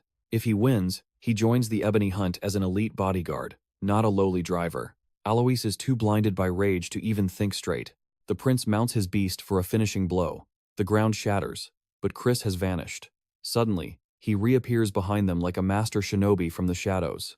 He proceeds to pummel Alois with his wooden stick of doom. After taking a series of humiliating hits, the prince's temper finally reaches its boiling point. As the beast charges again, it freezes. It senses an overwhelming aura of death radiating from Chris, causing the fearsome monster to whimper like a terrified kitten. Humiliated and confused, Alois can't believe his eyes. The hilarious truth? Chris just used a simple illusion spell to play a massive prank on the poor beast. It works like a charm on simple-minded creatures. Refusing to accept defeat, the prince summons a second beast this time, a magical steed. Like, that's going to help. Chris calmly lectures him on how punks should behave. Then, with a lightning-fast strike, he knocks the prince out cold. One hit, that's all it took. He didn't have time to wait for a full chapter-long power-up. Why let the villain finish his monologue when you can just end the fight right now? This isn't Dragon Ball, and you definitely aren't going Super Saiyan. Moments later, our indulgent young master is already busy losing money at a gambling table. This is how he rests? Talk about an expensive hobby. Marie allows his reckless spending, as long as he stays away from the booze. Priorities, I guess? Suffering through ginger ale instead of wine is his toughest battle yet. Meanwhile, the Tiramani servants are struggling to keep watch over this unpredictable lunatic. Chris actually invites the enemy spies to join the game. Since he just thrashed their master, he figures they've got nothing better to do until tomorrow morning. Alois is out for the count. The servants try to remain loyal and decline the invitation, but things are about to take a very unexpected turn. Chris ends up completely wasted on non-alcoholic drinks. He's so far gone that the servants decide he's no longer a threat. Time to file the report. Hook, line, and sinker. This was his master plan all along. Having successfully manipulated everyone, he prepares to slip away, strictly forbidding Marie from following him. That's a tall order for our freaky maid. She's still obsessed with that aphrodisiac, convinced her master is heading out for some scandalous late-night activities. She's genuinely scandalized by his supposed womanizing. Chris is just baffled. Does this girl have no filter? Her mind is stuck in the gutter. Under the moonlight, Chris arrives at the Kithon Mountains, the secret territory of the Tiramani. In this beast-infested hellscape, he quickly tracks down their hidden hunting grounds. 2 guards? Pathetic security. Using the invisibility magic he learned from his clumsy maid, he slips past them like a ghost in the night. He approaches the ancient altar undetected. This is the heart of the domain, where the concentrated darkness finally reaches its terrifying peak. It's even creepier than expected. Recalling advice from a literal furry, Chris knows the goal. He must drive Carazo to commit the ultimate act of self-destruction. The beast must be consumed by such absolute terror that death becomes its only sanctuary. In that chaotic clash of joy and despair, the perfect moment will bloom. Light will warp into shadow. This is the Tiramani's secret to beast control. And Chris is here to steal their forbidden technique right from under their noses. He'll use that aphrodisiac to trigger a violent frenzy and harvest the darkness. But there's one problem: he hasn't actually mastered the technique yet. Typical. As he improvises, a sudden, bone-chilling presence strikes. He jolts back, heart racing, searching the shadows. But strangely, there's absolutely no one there. Drawn to a hollow abyss, Chris feels pure, chilling malice. This cursed grotto reeks of high-tier shadows. A dark barrier seals the air. Before him lies the Gehenna Rift, the nightmare realm where demons and fiends crawl. This portal to the underworld sparked a wicked idea. Chris will lure Carazo here using that perfect aphrodisiac bait. Confidence high, he prepares for the hunt. Suddenly, that blood-sucking Simon appears, thoroughly amused by our young master's antics. Having watched Chris crush Arlos with clever mind games, the Grand Steward is eager to play along with this scheme. Simon touches the rift, making the portal bleed. In a ghostly tone, the abyss whispers his name back to him. Branded a traitor by the dark, Simon acts. The hunt begins, and Chris immediately starts roasting Arlos's annoying face. Arlos acts like a god even after losing, mocking Chris for carrying a holy sword that's basically a paperweight. Chris suggests testing the blade's durability on Arlos's head. Their trash talk ends as the prince orders the Carazo lure. While the mages move, Chris spots a spying bat. He smirks, happy to assist the bratty prince toward the altar.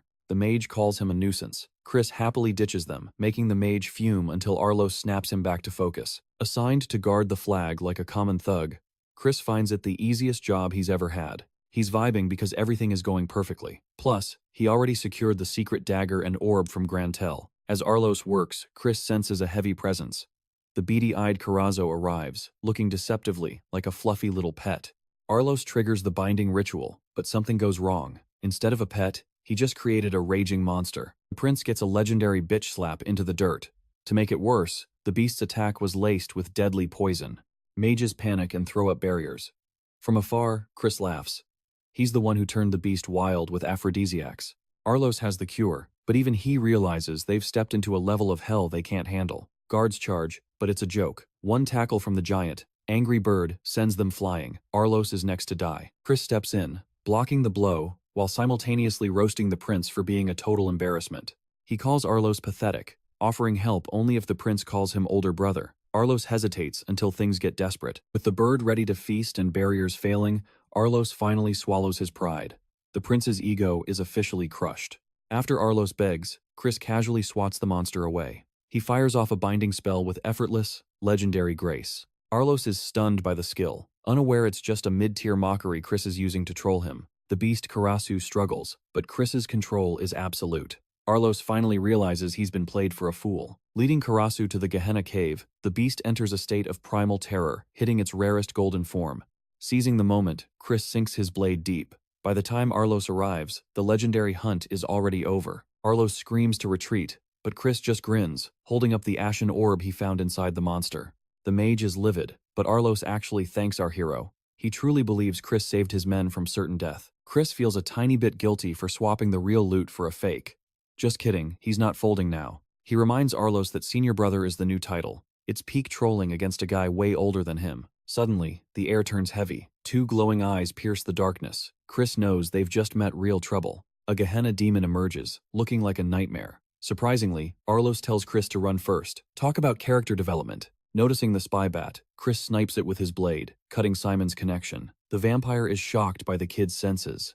With the bat dead, Simon is blind. Even with his bloodline powers, he realizes they might all actually die today. Chris hates being watched. The demon just cackles, thinking this human brat has a death wish for talking back. Chris recognizes the power level at least 5-star. He can't win directly, so he punches Arlos into a nap. Since the sleeping spell failed, a good old-fashioned knockout did the trick. Now the prince is safe and unconscious. The demon suggests Chris sacrifice his friends to live. Chris just tells the monster that it talks way too much. He pulls out the holy sword grenade. The demon laughs, thinking an unusable weapon won't save him, then attacks. Chris blocks, but the force is overwhelming. He's coughing blood now. This boss fight is getting seriously out of hand. The demon offers one last chance to betray his team. But nah, our boy is a certified savage until the end. He spits in the demon's face, the ultimate screw you. Then, Chris activates the ebony power he stole earlier. His blade bursts with golden radiance. The demon is terrified. A creature of darkness is now shivering before the light. The monster lunges with everything it has. In response, Chris prepares a strike to end this nightmare once and for all. A flash of light slices through the darkness, cleaving the demon in two. But Chris pushed his limits too far. His current body can't handle this raw power yet, and he collapses into unconsciousness. This was the Dead Sea Flash, a legendary technique from his past life.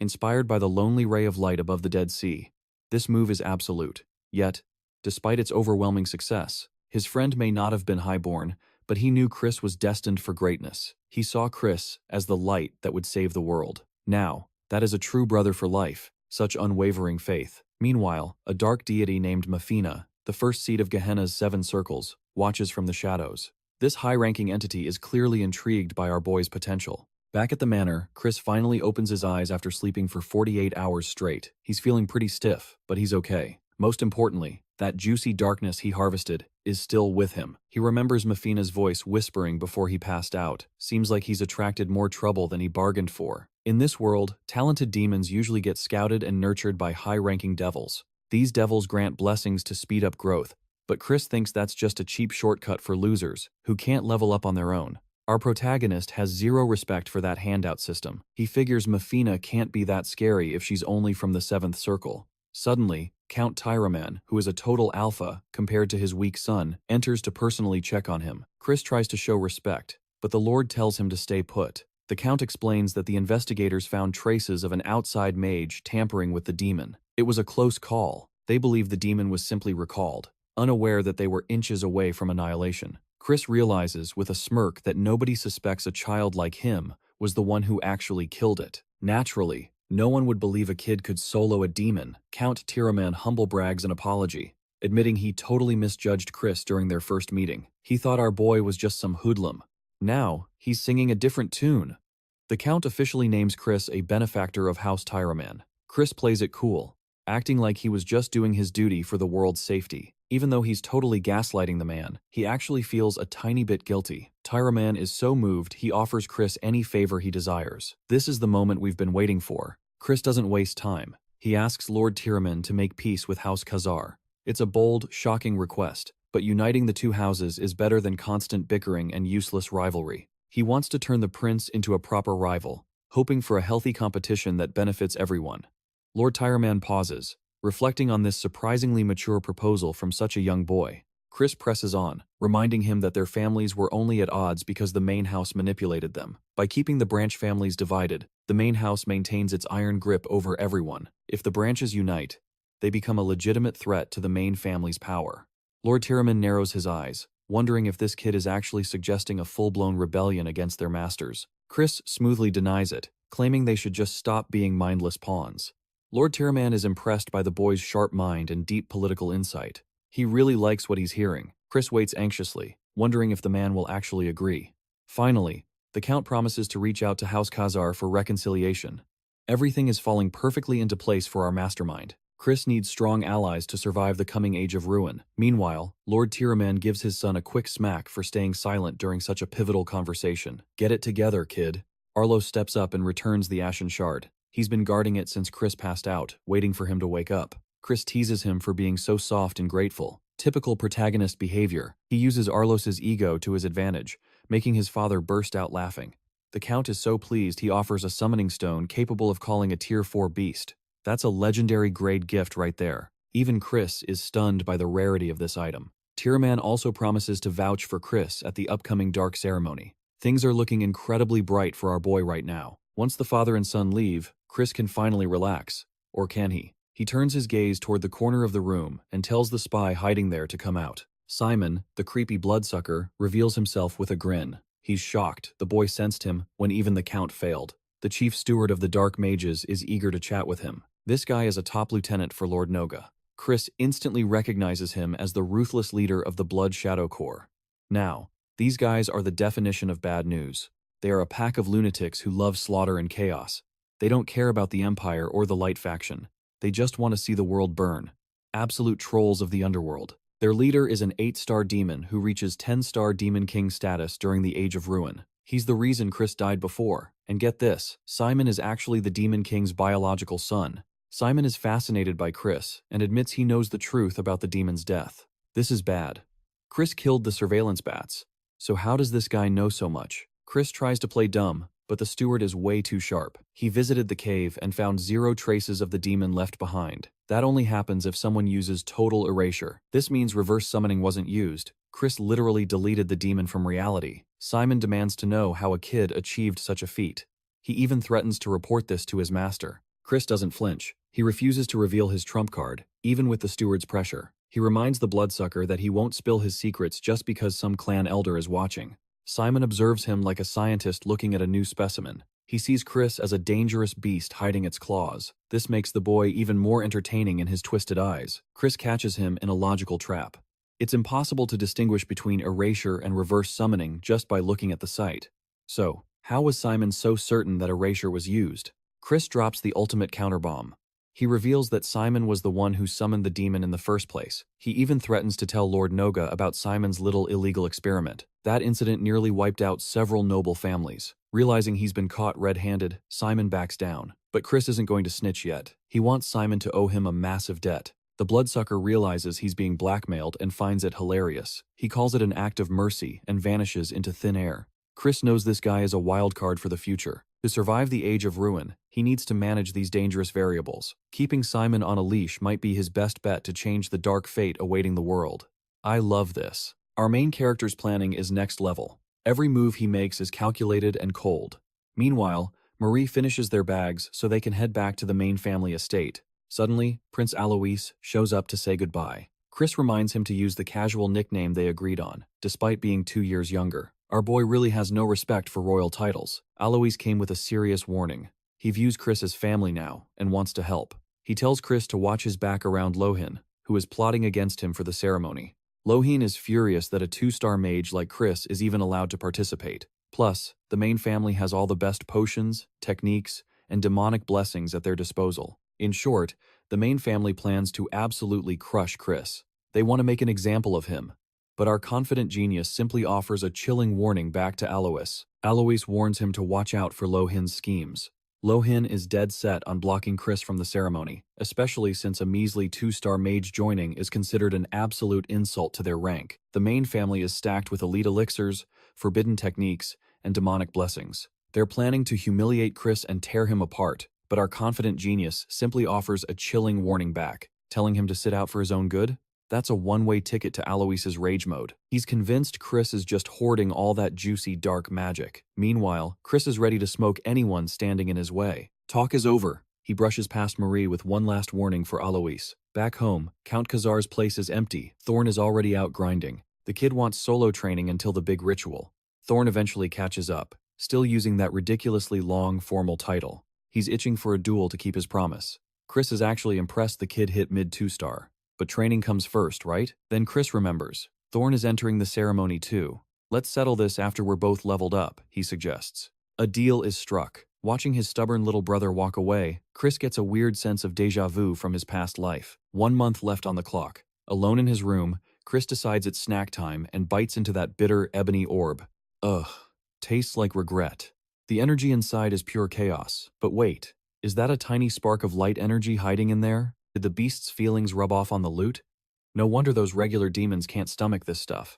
But Chris isn't a regular demon. While others waste this power, he's planning to milk every last drop of that light force. Down the hatch, he pulls it all into his light core, feeling his very soul upgrade. Process complete.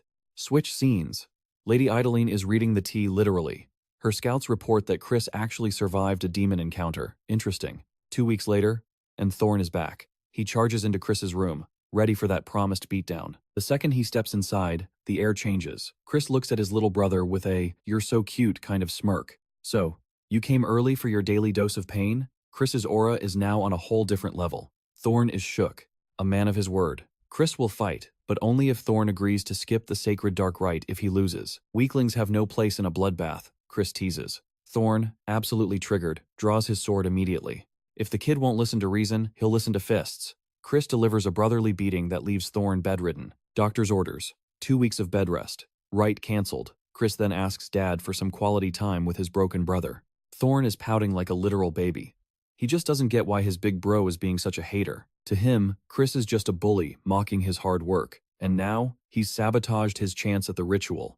The kid is about to burst into tears. Chris sighs, time to drop some truth bombs. This isn't hate, it's a carry. Entering the rite now would ruin Thorn's future. He'd lose his chance at pure dark energy forever. Chris had to be the bad guy for the kid's own sake. Besides, pure dark energy totally doesn't suit Thorn's vibe. Dark energy has flavors, people. Pure is top tier, but right below it is the gray variant, perfect for the edgy curse users. Thorn's affinity is clearly for curses, not swords. Chris knows this because, well, spoilers from his past life, but he can't say that. So he lies through his teeth, claiming he sensed it during their intense sparring session. Trust me, skipping pure energy now saves your future. Chris is playing the long game for his brother's build. Trying to force the pure stuff would just stall his progress. Sincere brotherly advice, or just a very convincing troll? Thorn is actually moved. Then, Chris pulls out a parting gift, a rare ash pill. Talk about a 180. Sure, they're expensive, and Chris got scammed buying them, but who cares? He's already eaten way better snacks. Thorn's heart melts. He was wrong. Chris isn't an asshole. He's just complicated. But wait, if he's nice now, why was he such a jerk to their dying mother? Chris feels the guilt, even if it wasn't him. Fast forward. The de Baron Cathedral is bustling with fancy carriages, and stepping out of the flashiest one is our boy. Man, that was a long ride. The main family didn't even send a warp gate. So petty. Just wait until I'm the boss, Chris mutters. Meanwhile, Marie is finally free to roam and start her imaginary date. She's already picturing their romantic getaway. Perks of being soul-bound. You literally can't leave your man. The crowd is whispering as they walk. Marie calls him famous, but it sounds more like she's roasting his reputation. The haters are stunned. The useless bastard of Kazar is being personally greeted by the head butler, Simon. Simon's impressed. The glow-up is real. He's here on orders from the big boss. The elder clan head wants a chat. Chris doesn't even blink. Lead the way. First stop, the Lion's Den, also known as the Elder's private study. Aunt Marion is there, looking scary. The second the old man looks at him, the air turns into lead. It's like being stepped on by a god. The Elder is flexing his dark energy just to see if Chris breaks. But Chris isn't your average level 1 crook. He might be shaking, but he's not backing down. Christian offered a formal salute to the sovereign of the Dark Magic clan, admitting he fully expected this sudden summons, knowing the elders could never ignore his rising flame. A new star had appeared on the horizon, and while the clan head found his confidence amusing, others were already singing the young man's praises. In his twilight years, the old patriarch believed only time would reveal the truth, wondering if Christian was a grand seed or a fading spark. Our hero didn't argue with the old man's cautious view on the youth, but he couldn't resist adding a bold twist to the tale. He claimed he would become a titan that blocks out the sun, an anomaly so vast he would cast shadows over the greatest legends. He guaranteed the old man wouldn't be disappointed. After a heavy silence, the clan head smiled and placed his bets on Christian. With a respectful bow, he vanished from the room, leaving Aunt Maria to ask the patriarch for his honest impression. The Duke admitted the boy exceeded his vision, yet he feared such monstrous talent was fated for a bloody path, especially with war winds blowing. Still, a flicker of hope had ignited in that room, something rare that made an old heart race with the promise of a fulfilled wish. Night arrived, and the banquet for the sacred rites commenced. Servants announced the arrival of the Kazar heir, the one and only Christian Van Baron. Dressed to kill and walking like royalty, he became the center of every whisper. Some jealous fools even labeled him a mere pretty boy pet. Instead of taking offense, he wore the rumors as a compliment to his face, while Maria happily fueled his growing delusions of grandeur. Christian's eyes locked onto the servers immediately. Finally, a chance for real spirits, far away from that non-alcoholic juice back home. Sadly, the staff were strict buzzkills regarding underage drinking, forcing a man who has taken lives to settle for simple ginger ale. He wondered if life was even worth living among such sticklers, but his misery was cut short by the arrival of the clan's true elite. The young lords and ladies made their grand entrance. Gates swung wide as 4 figures in ornate silks left the entire hall in breathless awe. Leading the pack was Ished, followed by the elegant Julianne, then the lovely Jupian, and finally the third Lord Mizak. Some were disappointed that the legendary madman was absent, but Christian was focused entirely on how Eshed would react to his presence. The victim of his previous games, the noble whose reputation he tarnished, chose the ultimate insult. He walked past Christian without a single word. He acted as if our hero didn't even exist, treating him like a bothersome insect, a clear sign of how the succession candidates viewed him. When Lady Julianne glided past, Christian found his gaze lingering, remembering Aunt Marion's cryptic warnings about this dangerous, mysterious woman. Sensing nothing unusual for now, he prepared to head back and rest, but a butler blocked his path, identifying himself as Four, a summoner working for young Master Loin, a name that instantly soured Christian's mood and made him brace for a headache. The butler had the nerve to call him unworthy of the rites, suggesting an underqualified guest might cause a tragic accident for the others. It was a blatant jab, calling Christian absolute trash, and the old man didn't even try to hide his disdain when confronted. Looking down from a balcony, the curly-haired Loin watched his puppet. Christian scoffed at such a cowardly and indirect method of bullying. He decided to have a heart-to-heart with the kid tomorrow, but for now, he chose to have some fun with this daring summoner. Without drawing a blade, he taunted the old man to show off his party tricks, proclaiming he didn't need a weapon for such a joke. As the tension peaked, the entire banquet hall turned to watch the show. Even Lady Julianne cracked a mysterious smile before the chaos erupted. Seconds later, Four was on his knees, desperately fleeing his own spirits, while Christian used one of the ghosts as a comfortable chair. 2 more spirits were acting as his willing servants, leaving the witnesses in absolute shock at a display they had never seen before. The battle ended before it began. With a single gesture, Christian had hijacked the summons, turning the evil spirits against their own master. It looked like he was using a literal cheat code, crushing Loin's attempts to intervene, leaving the curly-haired brat fuming with pure embarrassment. A pathetic display for a direct heir, Loin shamelessly claimed the attack had nothing to do with him, despite his servant whimpering on the floor. Tired of the circus, Christian packed it up and made his exit, leaving the liars and losers behind in the dust. He would teach that coward some proper manners during the trial. Finally, the day of the sacred dark rite dawned upon the anxious candidates. Everyone was shaking with nerves except for Christian, who looked like he was forced to attend a boring morning class, spotting Eloise nearby. Despite the warnings, the honor of the rite was too great to pass up. Then the curly-haired imbecile Loin made his grand dramatic entrance. Christian was itching to humble the kid, but the proceedings began as a man named Sebastian, the main house vice-butler, greeted them. Acting as their guide to the sacred ground, he struck the floor with his staff, causing the very fabric of reality to crumble away. An endless staircase appeared, descending into a dark and terrifying void, revealing that the test would take place deep underground. Only Christian noticed it was actually an illusory art, an imaginary space. As Sebastian began a casual stroll down into the abyss, the participants scrambled to follow, afraid of being left behind, finding themselves in a recurring hall that seemed to go on forever. The butler's pace was relentless, pushing the candidates to their physical limits, as the terrain turned into a brutal, vertical nightmare. Even the top prospect Loin was struggling to breathe, while Sebastian kept moving, looking like a marathon runner who could go on forever. Sebastian upped the stakes, telling the group the ground would swallow any slowpokes. Immediately, 2 losers at the back fell into the abyss. Bye-bye. The elite heirs were shaking in their boots, but Sebastian didn't care.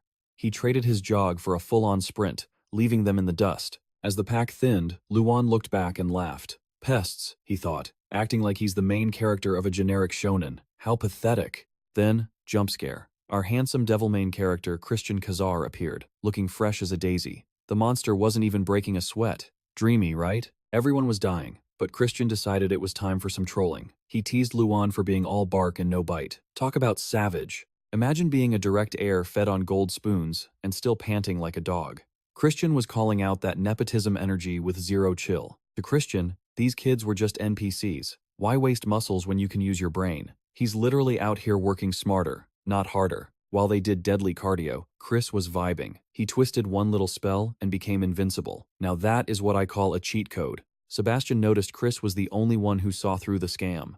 The higher-ups are definitely gossiping about our handsome young master Kazar already. Finally, the survivors finished. 3 were dying for air, but Chris was chilling like a total villain. Alois couldn't even fathom his flawless skin. Chris told Alois to hit the gym more, LOL. Suddenly, a spooky light appeared, with a voice that demanded everyone's attention. The drama is peaking. This scary place is the sacred darkness. Then, the light turned into a total baddie. Some would call Ryu mommy in a heartbeat. She's the manager. The goal? Snatch the great pure darkness, just like the legendary progenitor Dark Destroyer did. It's the ultimate power-up for any aspiring demon king. Ryu drew glowing lines on the floor.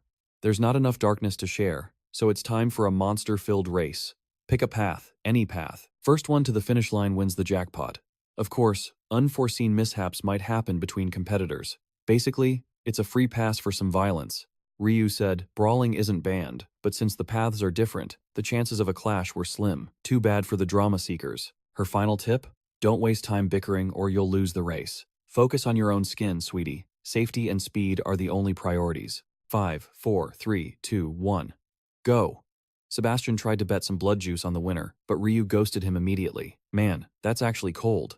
Lone Van Baron took a path and bumped into some flame-spitting wolves. 4 eyes? That's just more places to poke, you curly-headed freak. He coated his hands in dark energy and went to town. In seconds, he hit every vital spot like a pro. Someone's been practicing their moves. Total fodder. These 2-star pups were nothing to a high-tier fiend like Lone. He's feeling himself, thinking he's the strongest one there. Lone was busy fantasizing about Christian's suffering. The paths were supposed to be fair, but life isn't a shoujo manga, honey. He's playing dirty. Our curly-haired troll bribed a mage to pack Christian's path with extra deadly monsters.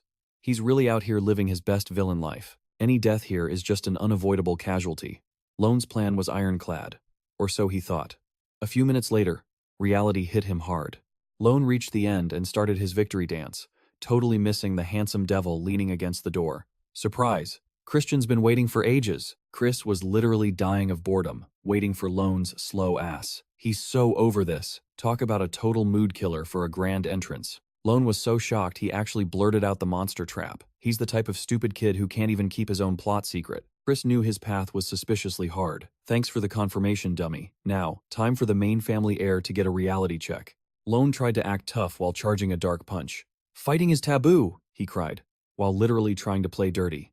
Make it make sense. Christian just leaned back, letting the punch hit nothing but air. He was just vibing, studying the brat's trashy combat style with bored eyes. He saw through it, a technique meant to snap joints at close range. Very toxic and ungentlemanly.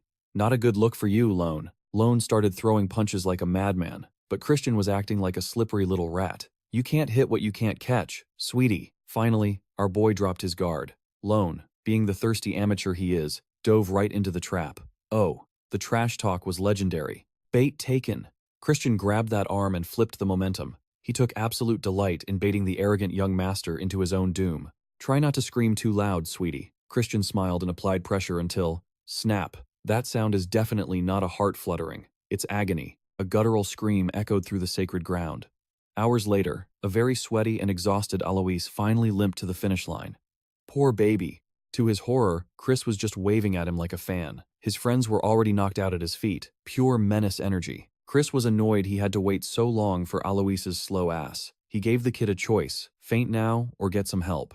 Alois tried to act tough, gathering energy to defend himself. He's been training hard since they last met, but is he ready for this? Poor Alois. The gap between a god and an ant is just too huge. Chris left them for the elders. He's got a war to win. In 5 years, a massive war is coming. To rule the dark magic clan, Christian decided he needed to be a greedy little boy. No mercy. He's not sharing a single drop of that sacred darkness with anyone. Now that the competition is handled, it's time to claim the ultimate prize. Behind this door lies the power to become a true transcendent. It's the fabled sacred darkness, and it's finally within our handsome hero's reach. The old clan head was a genius for taking 80%, but the progenitor took 90% and became a legendary demon king. Total icons. If 90% makes a king, 100% makes a god. Christian is about to break the scales and look good doing it. To conquer this orb of pure void is to surpass the demon emperor himself. As his palm met the sphere, liquid darkness surged through his very soul. While he braves the abyss, the clan elders are losing their minds. They just realized every single elite prospect was wiped out except for that Kazar bastard. Even the golden boy, young Master Loin, is clinging to life by a thread. It's a total train wreck, and the old fossils are already pointing fingers. They screeched that Christian used forbidden artifacts, demanding a trial before chaos erupted. Then, the second lady, Christian de Barons, finally cut through the noise. She sneered that the cheating brat wouldn't even survive the trial's entrance. Since he hasn't emerged in 2 days, she's convinced he's already rotting meat. They refuse to believe any mortal could stomach such a massive feast of sacred darkness. Even the legendary Great Head hit his limit back in the day. They can't imagine a world where Christian outshines them. Once the void is finished, not even a bone will remain. Honestly, Zupian is just burning with jealousy. If he actually survives, she plans to end him personally. After their father fell in battle, she and Luan were basically pity-adopted by their uncle, Viscount Langham. Their status was already pathetic, but since Luan failed to claim the darkness, they're finished. No one will back her brother for the throne now. Jupian swore that Kazar's brat would pay for this humiliation. She's losing it.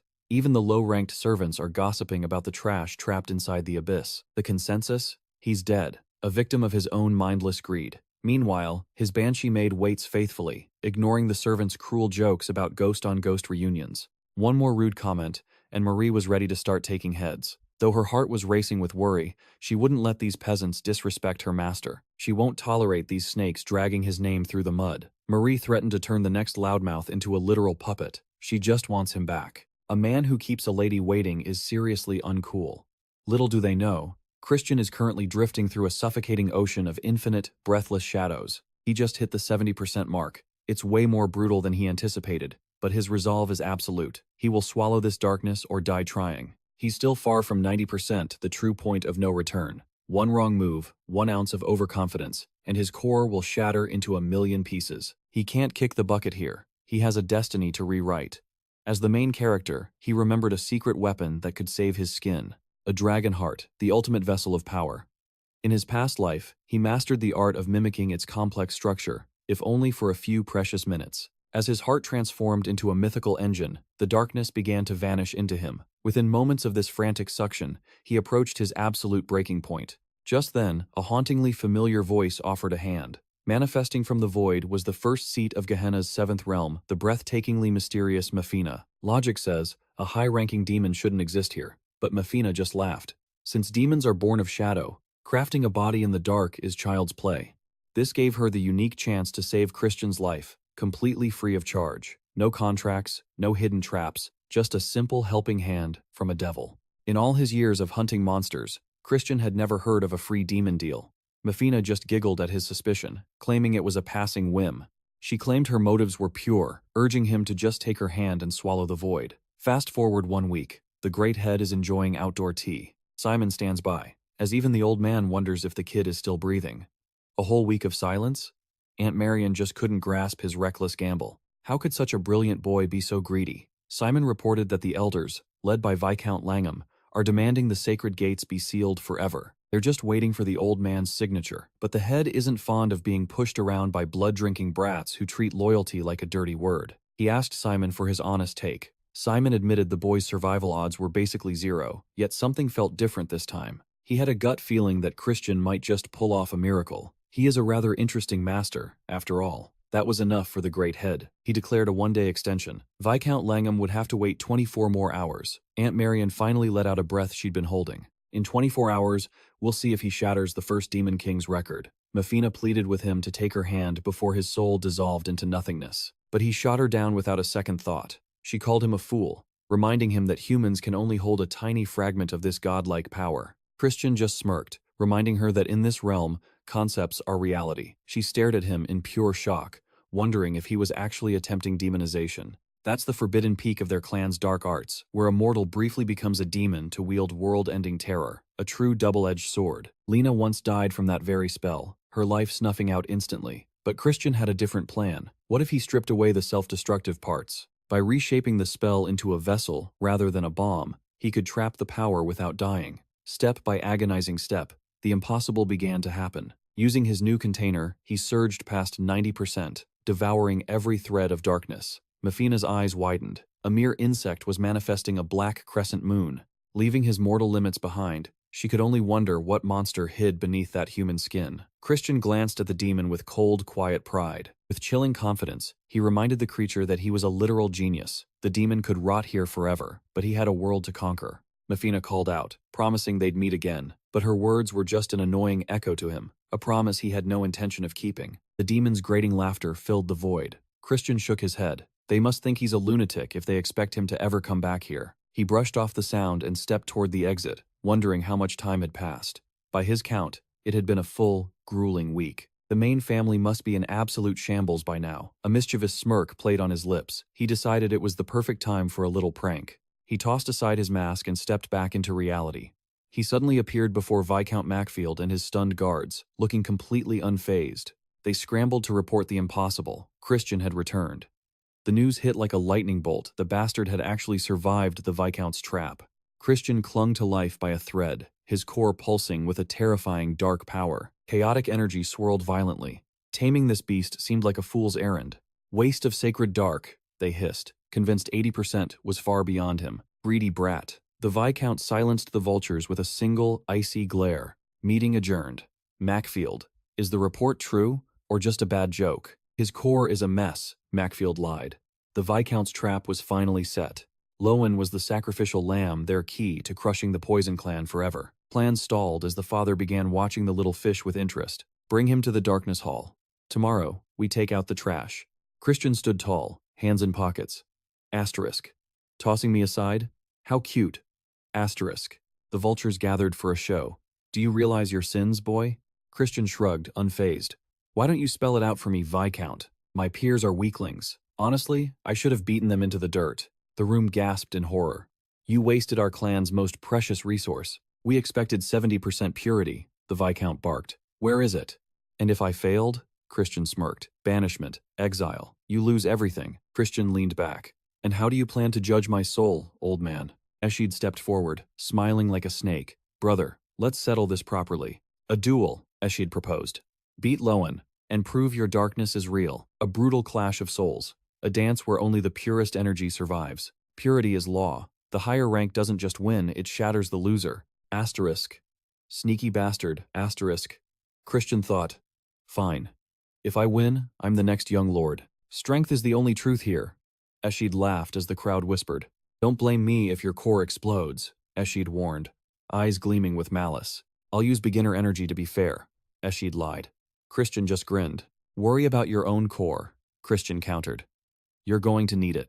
Darkness erupted. The air turned cold as the duel finally exploded into motion. Christian parried effortlessly. Eshid's jaw dropped. He hadn't even built up energy yet. Is that all? Eshid roared, his pride stung by Christian's casual defense. Careful, Christian whispered. Lose control now, and your core is history. Blood sprayed from Eshid's mouth. Had enough yet? Or should I continue? I yield, Eshid wheezed. His purity. It's at least 90%. Silence fell like a hammer. So, Christian smiled. Am I young lord now? The Viscount's face twisted. Fine. You shall face the young lord's trial. But no branch member has ever survived my special trials, he sneered. Asterisk. He's setting me up for a disaster. Asterisk, Christian saw right through the trap. Show your talent first. Then, perform a miracle worthy of our bloodline. 3 stars in 3 months? Christian chuckled. Asterisk. For a genius? That's child's play. Asterisk. I'll be waiting, the Viscount sneered. Later, he cornered a trembling Eshid. You disappointed me, he hissed. Christian must be erased before he grows. There's a reason we stop at 70%, the Viscount explained darkly. High purity is a wall.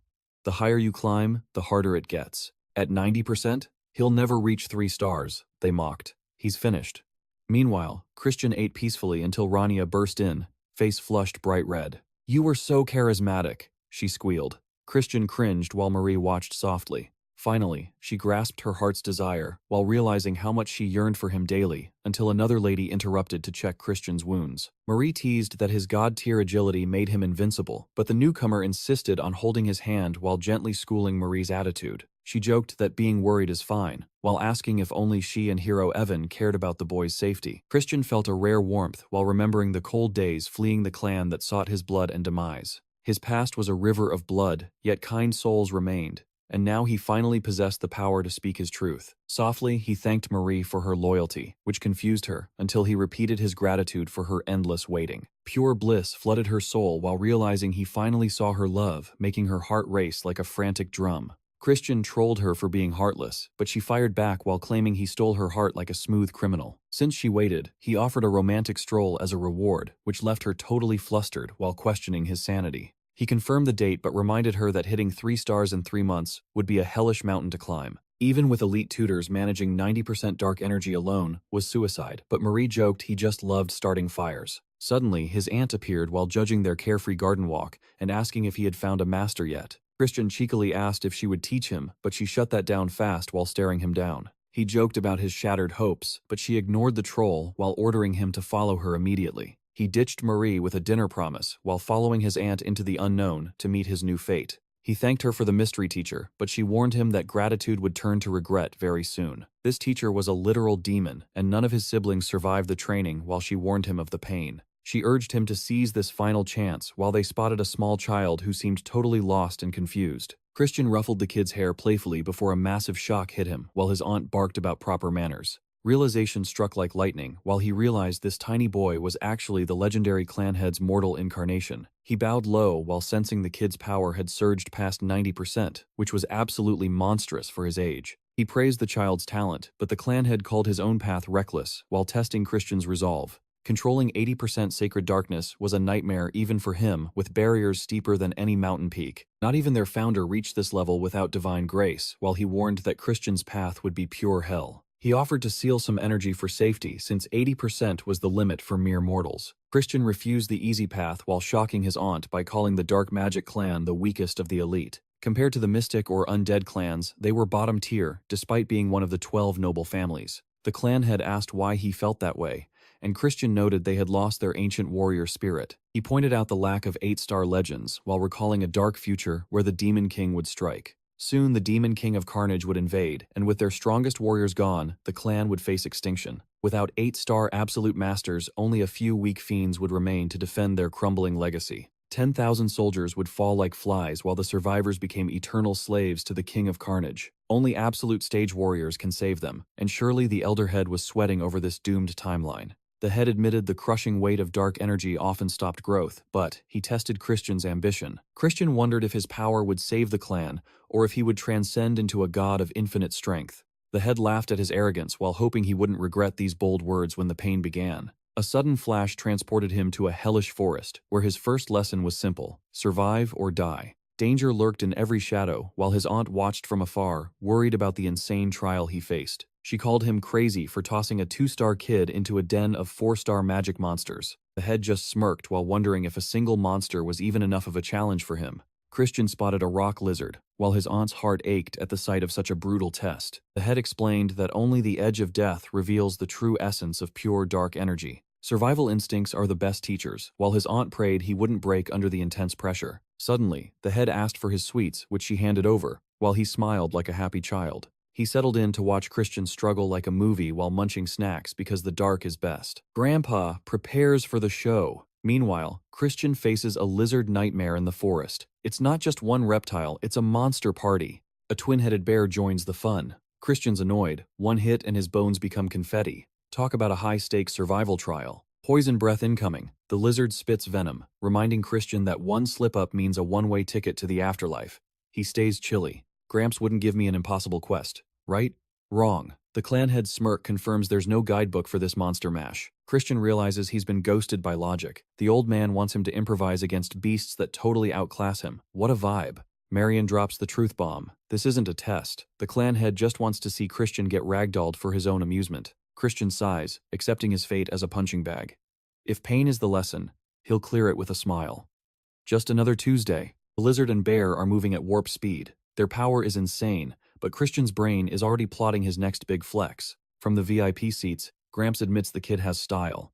Christian's footwork is built different, unlike the usual trash-tier recruits he sees. Marion agrees, but keeps it real, he's still a brat. Suddenly, Christian slams the bear down, standing on it like a literal boss. Jaw-drop moment. Auntie and Gramps freeze in shock. How did this kid pin a mountain of muscle? Christian's got the beast's receipts. Brute force? Check. Magic resistance? Low. Christian exploited the bear's lack of brain cells, waiting for the perfect window to strike hard. He pumps dark magic straight into its heart. Eshid wonders if the kid just used the master's signature dark death move. Suspect. One beast down, one lizard to go. The scaly creature charges, but Christian is ready to turn this reptile into a designer handbag. A sharp strike lands, but the lizard keeps barfing poison. Christian spots the gimmick. 3 hearts. Unless they pop together, it's game over. Time to switch tactics, he mumbles. He lunges at the reptilian cheat code, aiming for the core with surgical, dark magic precision. Shattered. Eshid is shook. It really is dark death. He turns to the clan head for confirmation, but the old man's view is blocked. Move aside, the boss barks. He asks Marion if she taught the boy this forbidden art, but she plays it cool and denies. You don't just pick up this legendary skill. Eshid jokes that dark magic school is useless if the kid is already this cracked. That's enough, the clan head interrupts. Trial over. Christian returns, and even the old man admits the kid exceeded every expectation. Catching his breath, Christian thanks Master for the lesson. He figured out the dark magic application all by his lonesome. Such a flex. Don't get cocky, brat, Gramps warns with a glint. The warm-up is over now. The real, soul-crushing dark magic torture finally begins. The extras are kicked out. Marion and Eshid vanish, leaving the MC alone with the final boss. It's lesson 1 time, baby. What is magic? The old man asks. Christian thinks it's about absolute control through the abyss. He's about to get seriously schooled. What is perfect darkness? The follow-up question leaves Christian speechless. He's realized his edgy philosophy has some major plot holes. Watch and learn, the master whispers. He explains that true darkness is a journey of steps, hidden behind a seal of shadows. 12 abysses wait below the soul's stairs. The master chants, summoning the wisdom-seeking crow to devour its master in eternal night. The spell takes shape. Dark energy swirls as he thrusts his hand forward. Christian watches, his jaw hitting the floor at the power. Black light flickers. Suddenly, Christian feels a cold sting across his neck. Something just cut him, but there's no blood. Super spooky. It's a conceptual blade. It only slices what the user desires. The legendary black sword is born from pure, concentrated, dark energy. You have 1 month, the master decrees. Refine this blade or else. Talk about a high-stakes homework assignment for our young hero. The boss walks off, leaving Christian stunned. Training starts now. Later, a sweaty Christian loses the shirt. Time for some character growth. I need more weight, he mutters, hitting the floor. 1 more set? Why not? His dark energy starts sparking as he pushes limits. Focus is key, but this is a total nightmare. Summoning it is easy, but keeping it stable? That's the real boss fight here. His darkness feels like a candle compared to the master's void. But those 12 abysses, they must hold the secret to god-tier power. The chant begins again. On the other side, Gramps and Marion arrive, expecting to find Christian crying over his lack of talent. He probably realized he's a noob, Gramps scoffs. Marion's worried. There's no shortcut, and the clock is ticking for the young lord exam. 2 months left. But Gramps insists that rushing dark magic is a recipe for a total system crash. Steady base wins the race. No need to stress, they say, walking in. Christian spots them, surprised they didn't take a longer lunch break. Oh hey guys, Christian bows. Thanks to your guidance, I hit 3 stars. The duo nearly trips over their own feet in shock. 3 stars? This is my limit for now, he says humbly. It took him a whole week to manifest the dark sword. The sheer audacity. He finally decoded the 12 abysses riddle. Each one is a vital trait. The clan head feels a sudden urge to facepalm. Gramps is fuming inside. It took him a year just to make a basic sword. This kid is speedrunning the entire cultivation system. A lifetime of work achieved in a month. Is this a ray of hope or just a massive flex? Master stares at his monster. Prepare for tomorrow, Gramps tells him. The kid gloves are coming off for good. Christian's eyes light up. He's ready to break things. Christian feels like a total boss after his breakthrough. It is officially time for a liquid reward. He saunters over to the elite liquor collection with a thirsty grin. His eyes sparkle at the row of premium bottles. He grips a vintage blend, marveling that he is finally holding booze he once could only dream of touching. He hopes to sneak a sip while Marie is gone. But just as he tilts the bottle, a mysterious woman mocks his pathetic midday drinking habit. She scoffs that he has not changed a bit. Christian draws a blank, only realizing she is a powerful 3-star magician based on her striking eye color. She is definitely not a dark mage, yet she knows him. Annoyed by his clueless expression, she suddenly slams him face first into the dirt. Her guard begs her to stop wasting energy on a nobody. Christian is left sitting on the ground, his pride stinging worse than the fall. An old man rushes over as Christian demands an explanation. The stranger reveals she is the young lady Marissa, from the infamous Ultimate Poison family. His mind races. Could she be his beautiful fiancée? Correction, the man sighs. She is actually your bitter ex-fiancée. Talk about a brutal reality check.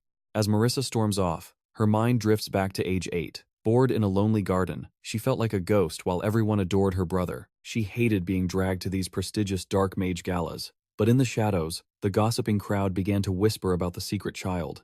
They sneered about her being born out of wedlock. Perhaps Duke Huang only brought her to fetch a son-in-law for the family legacy? That is when a young Christian approached her solitude. I am not some kid. I am Marissa, she barked, her tiny eyes flashing with irritation. He introduced himself coolly, ignoring her sharp tongue. He told her to ignore the trashy adults and promised she could get even later. Those words lit a fire in her young heart. She vowed to become the ultimate dark mage and crush anyone who dared to look down on her. Christian smirked at her fierce resolve. That is the spirit of a true dark mage family, she declared, her pride finally awakening. He joked that he should stay on her good side since she will be legendary. He offered his hand, promising to be her personal guide through the manor. She hesitated before taking his hand, starting their journey. Back in the present, Marissa shakes off the memory, though her heart still feels heavy. Their engagement was just a political tool to stop a war.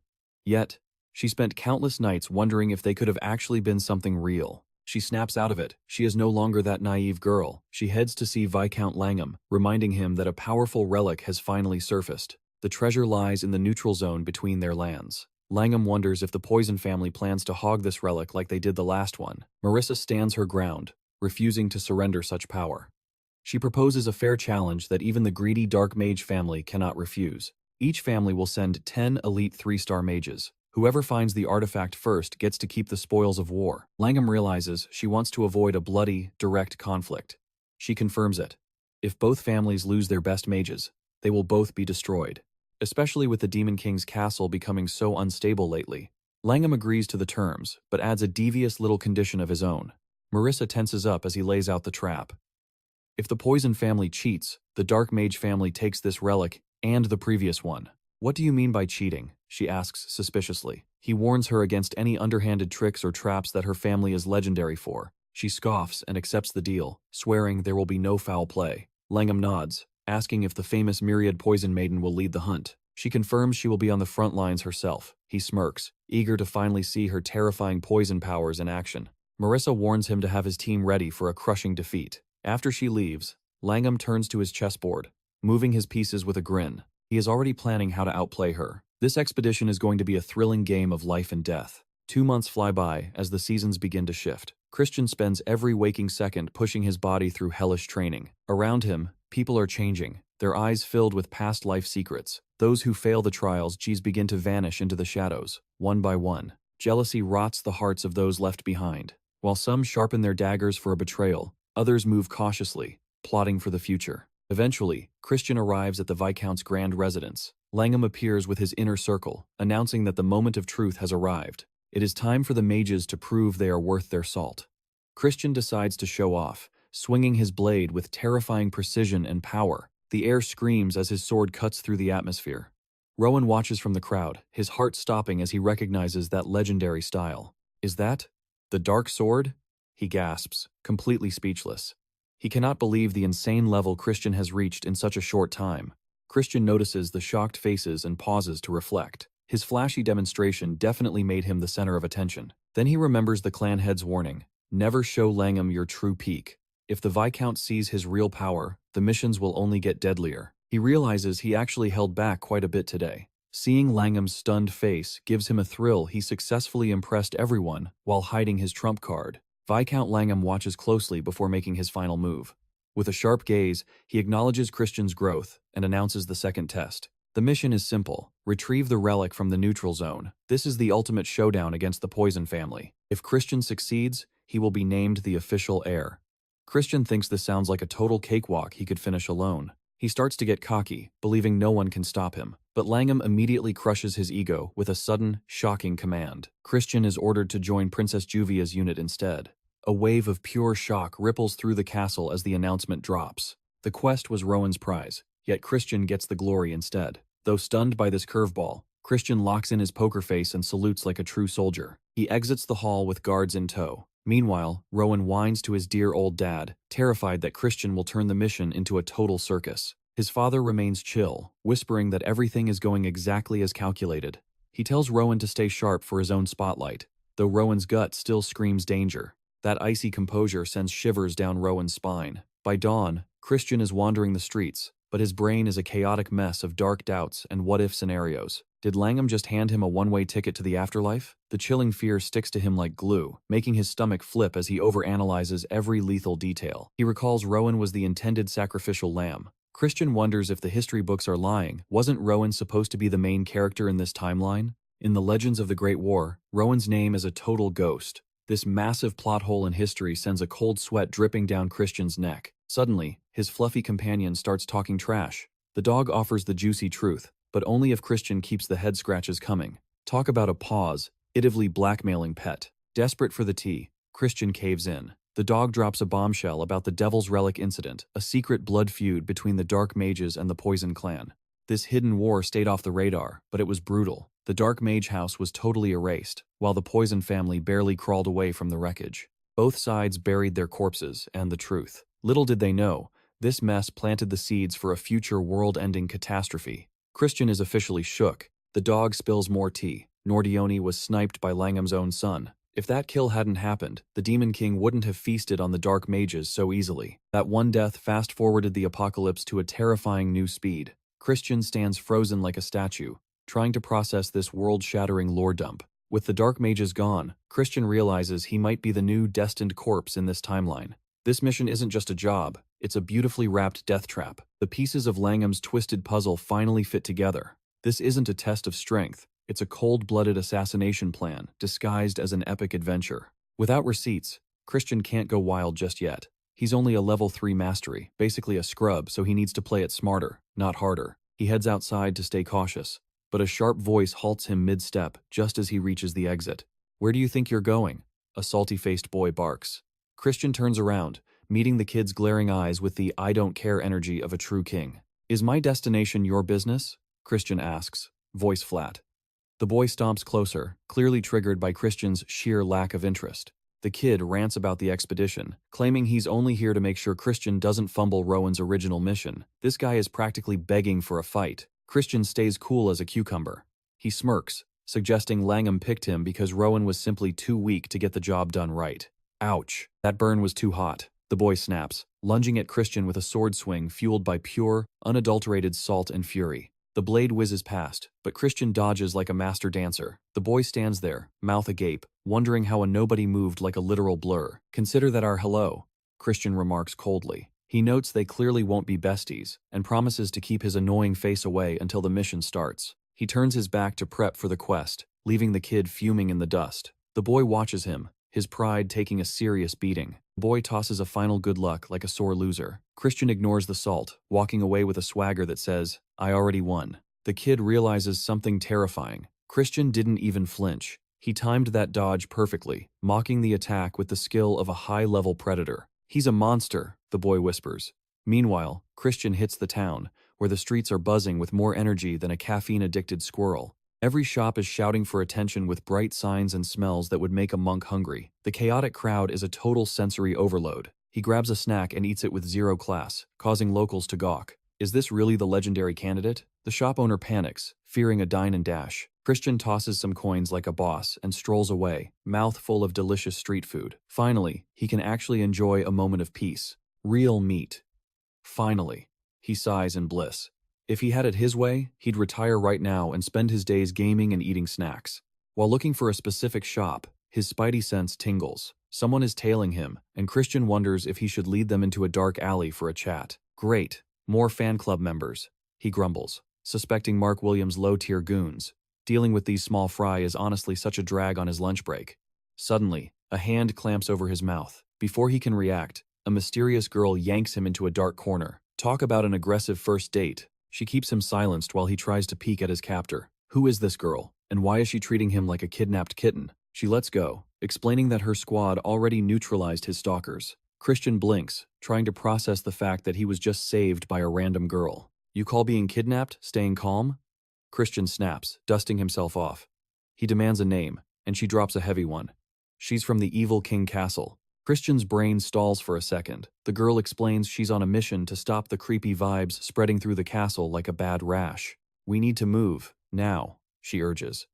Christian doesn't need to be told twice. He nods and follows her, ready for whatever weirdness comes next. Lead on, boss lady, he says. As they walk, he asks for their destination, but she's too busy dropping lore about the chaos back home. People are vanishing into thin air, and the supposedly safe zones are being smashed to bits. The Evil King Castle is officially turning into a nightmare zone. The region is a bloody mosh pit between three toxic families. It's a place where fear is the only law, and survival is a daily miracle. The family heads treat their people like trash, so she's recruiting outsiders to clean up the mess. Chaos is spreading, and the criminals are winning. She knows help isn't free. In exchange for his sword, she's offering secrets, the kind of intel that could keep his head on his shoulders. Shadows loom over the Dark Mage clan. Christian stands frozen as the mysterious girl delivers a bombshell revelation about Marquis Langham. He's conspiring with the deadly Poison clan to assassinate their own daughter, Marissa. This news hits Christian like a physical blow. Why target his kin and Marissa? The girl warns that if the 27 forces lose their equilibrium, total chaos will consume everything. The Evil King's generals will strike. This turmoil could shatter the delicate balance between the 12 Dark Mage families forever. A catastrophic tragedy awaits. She urges him to prepare for the relic hunt and hopes he survives the coming storm safely. He must become the young lord to protect the peace. Christian is baffled. How does she know about his hidden potential? Her intel network is terrifyingly vast. Yet, Christian isn't a fool. He demands to know why he should trust her words. Show me proof, he demands. If she wants an ally, he needs collateral. Annoyance flickers across her beautiful face. He scoffs, assuming she's empty-handed. But as he turns to leave, she stops him with a look of pure, fiery resolve. She hands him a mysterious item. Christian's jaw drops. This was totally unexpected. He departs in silence, his mind racing with doubt. She watches him leave, her eyes filled with unreadable secrets. Why can't I just show him who I really am? She whispers. A monstrous shadow warns her. It's for her safety.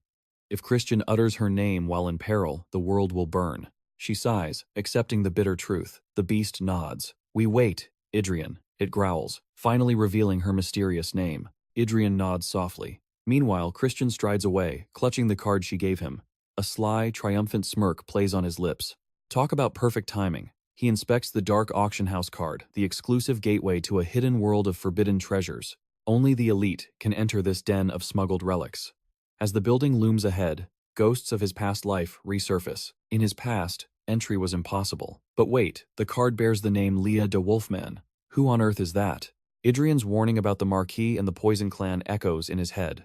The conspiracy runs deeper than he ever imagined. He can't trust her blindly yet. Caution is key. He reaches the auction house, ready to play his part in this game. He sends a coded message via pigeon at the counter. With a flick of his wrist, the bird takes flight into the sky. Phase 1, complete.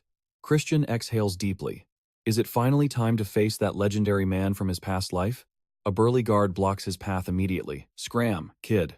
This place isn't for peasants like you, he sneers arrogantly. Christian wordlessly reveals his card. In an instant, the guard's tough guy act crumbles into pure, unadulterated terror. The guard stammers out an apology. A VIP card? Suddenly, the entire staff is bowing as if he's royalty. The hall is packed. A suspicious man approaches. Are you truly Leah de Wolfman? Christian smirks. For today, I am. Got a problem? Christian asks. The man frowns. The voice is way too deep for Aaliyah, but he quickly backs down. Take me to your manager, Christian commands. When the man wavers, Christian's voice turns cold. Did I stutter? Hurry up. He's led to a lavish private lounge. The nervous attendant scurries off to fetch the boss, leaving Christian alone. Pure luxury. The Rudolph Merchant Group certainly knows how to flaunt their wealth. Every single detail screams top tier. They're tied to the Union Deer merchants, powerful enough to run a global black market right under the empire's nose. They control every trade route in the empire. If the Rudolphs can't find it, the item simply doesn't exist. The door swings open. In walks Ruvid, the high and mighty branch manager and leader of the Rudolph Merchant Group. She asks for his business. Christian's reply is a bombshell. Bring me Rowena. Ruvid instantly freezes in her tracks. She plays dumb, but Christian stares her down. You know Rowena. She stammers, pretending she has no way to reach her. She's already in this room, he says calmly. Her confusion grows as he mentions a powerful artifact masking her identity. Nice disguise, he smirks. Her mask ripples and fades, revealing her true face. She's been caught red-handed. She panics. How did you know? Christian remembers his past life. This woman made him suffer. Now, it's time for payback. He mocks her pathetic camouflage relic. Is this the best you've got? This trash relic is barely working, he laughs. Your face is way too big to hide. She gasps in horror, checking her reflection. Christian struggles to keep a straight face. He's totally lying about the artifact's quality, but trolling her is fun. Ruvid's face turns beet red with pure fury. My face isn't big, she shrieks. She realizes he's no Leah. He's clearly someone legendary within the dark magic empire.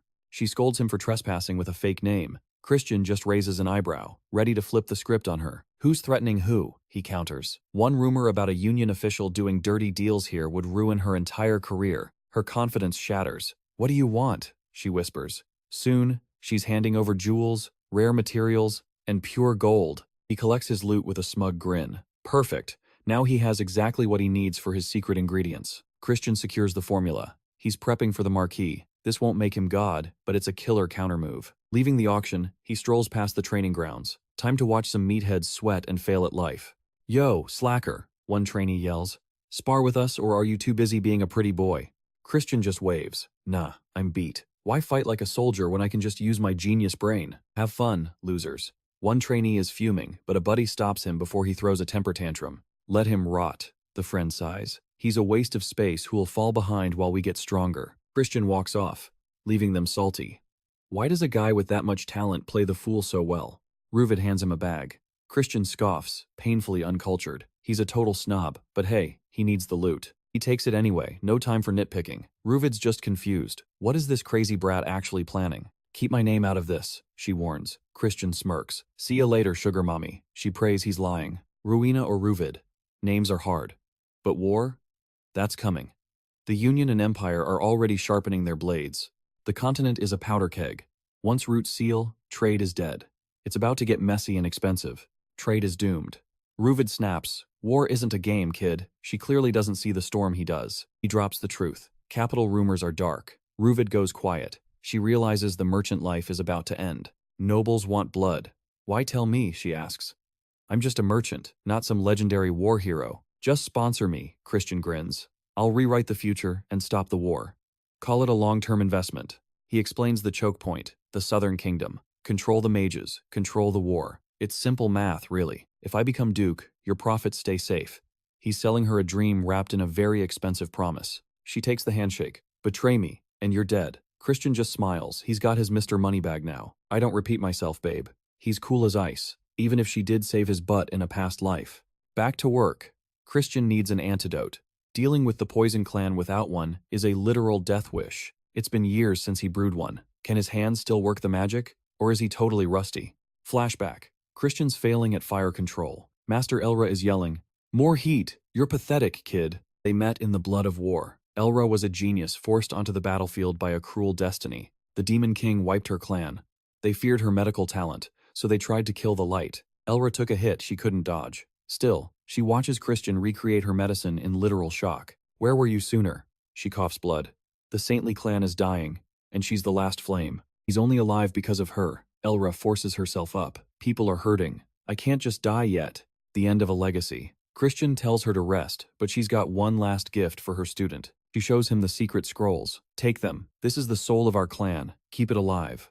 Save them for me. she begs, gripping his hand. She wants to leave this world without any regrets. Master? He asks softly. She's a disaster, but she chose him. The bond of destiny is finally forged. Christian, the 27th head. The book is incomplete, but he'll carry the torch through the hell of war. He became the battlefield saint. Now, back in the present, he whispers a promise to his long-lost master. I'll keep my word, master. Meanwhile, the Marquis gets a letter that's about to flip the whole script. The Marquis is cackling. That's Marion's boy. He loves the fire in the kid's eyes, like father, like son. He folds the letter with a smirk. Time to prep. My son is coming, and the world isn't ready.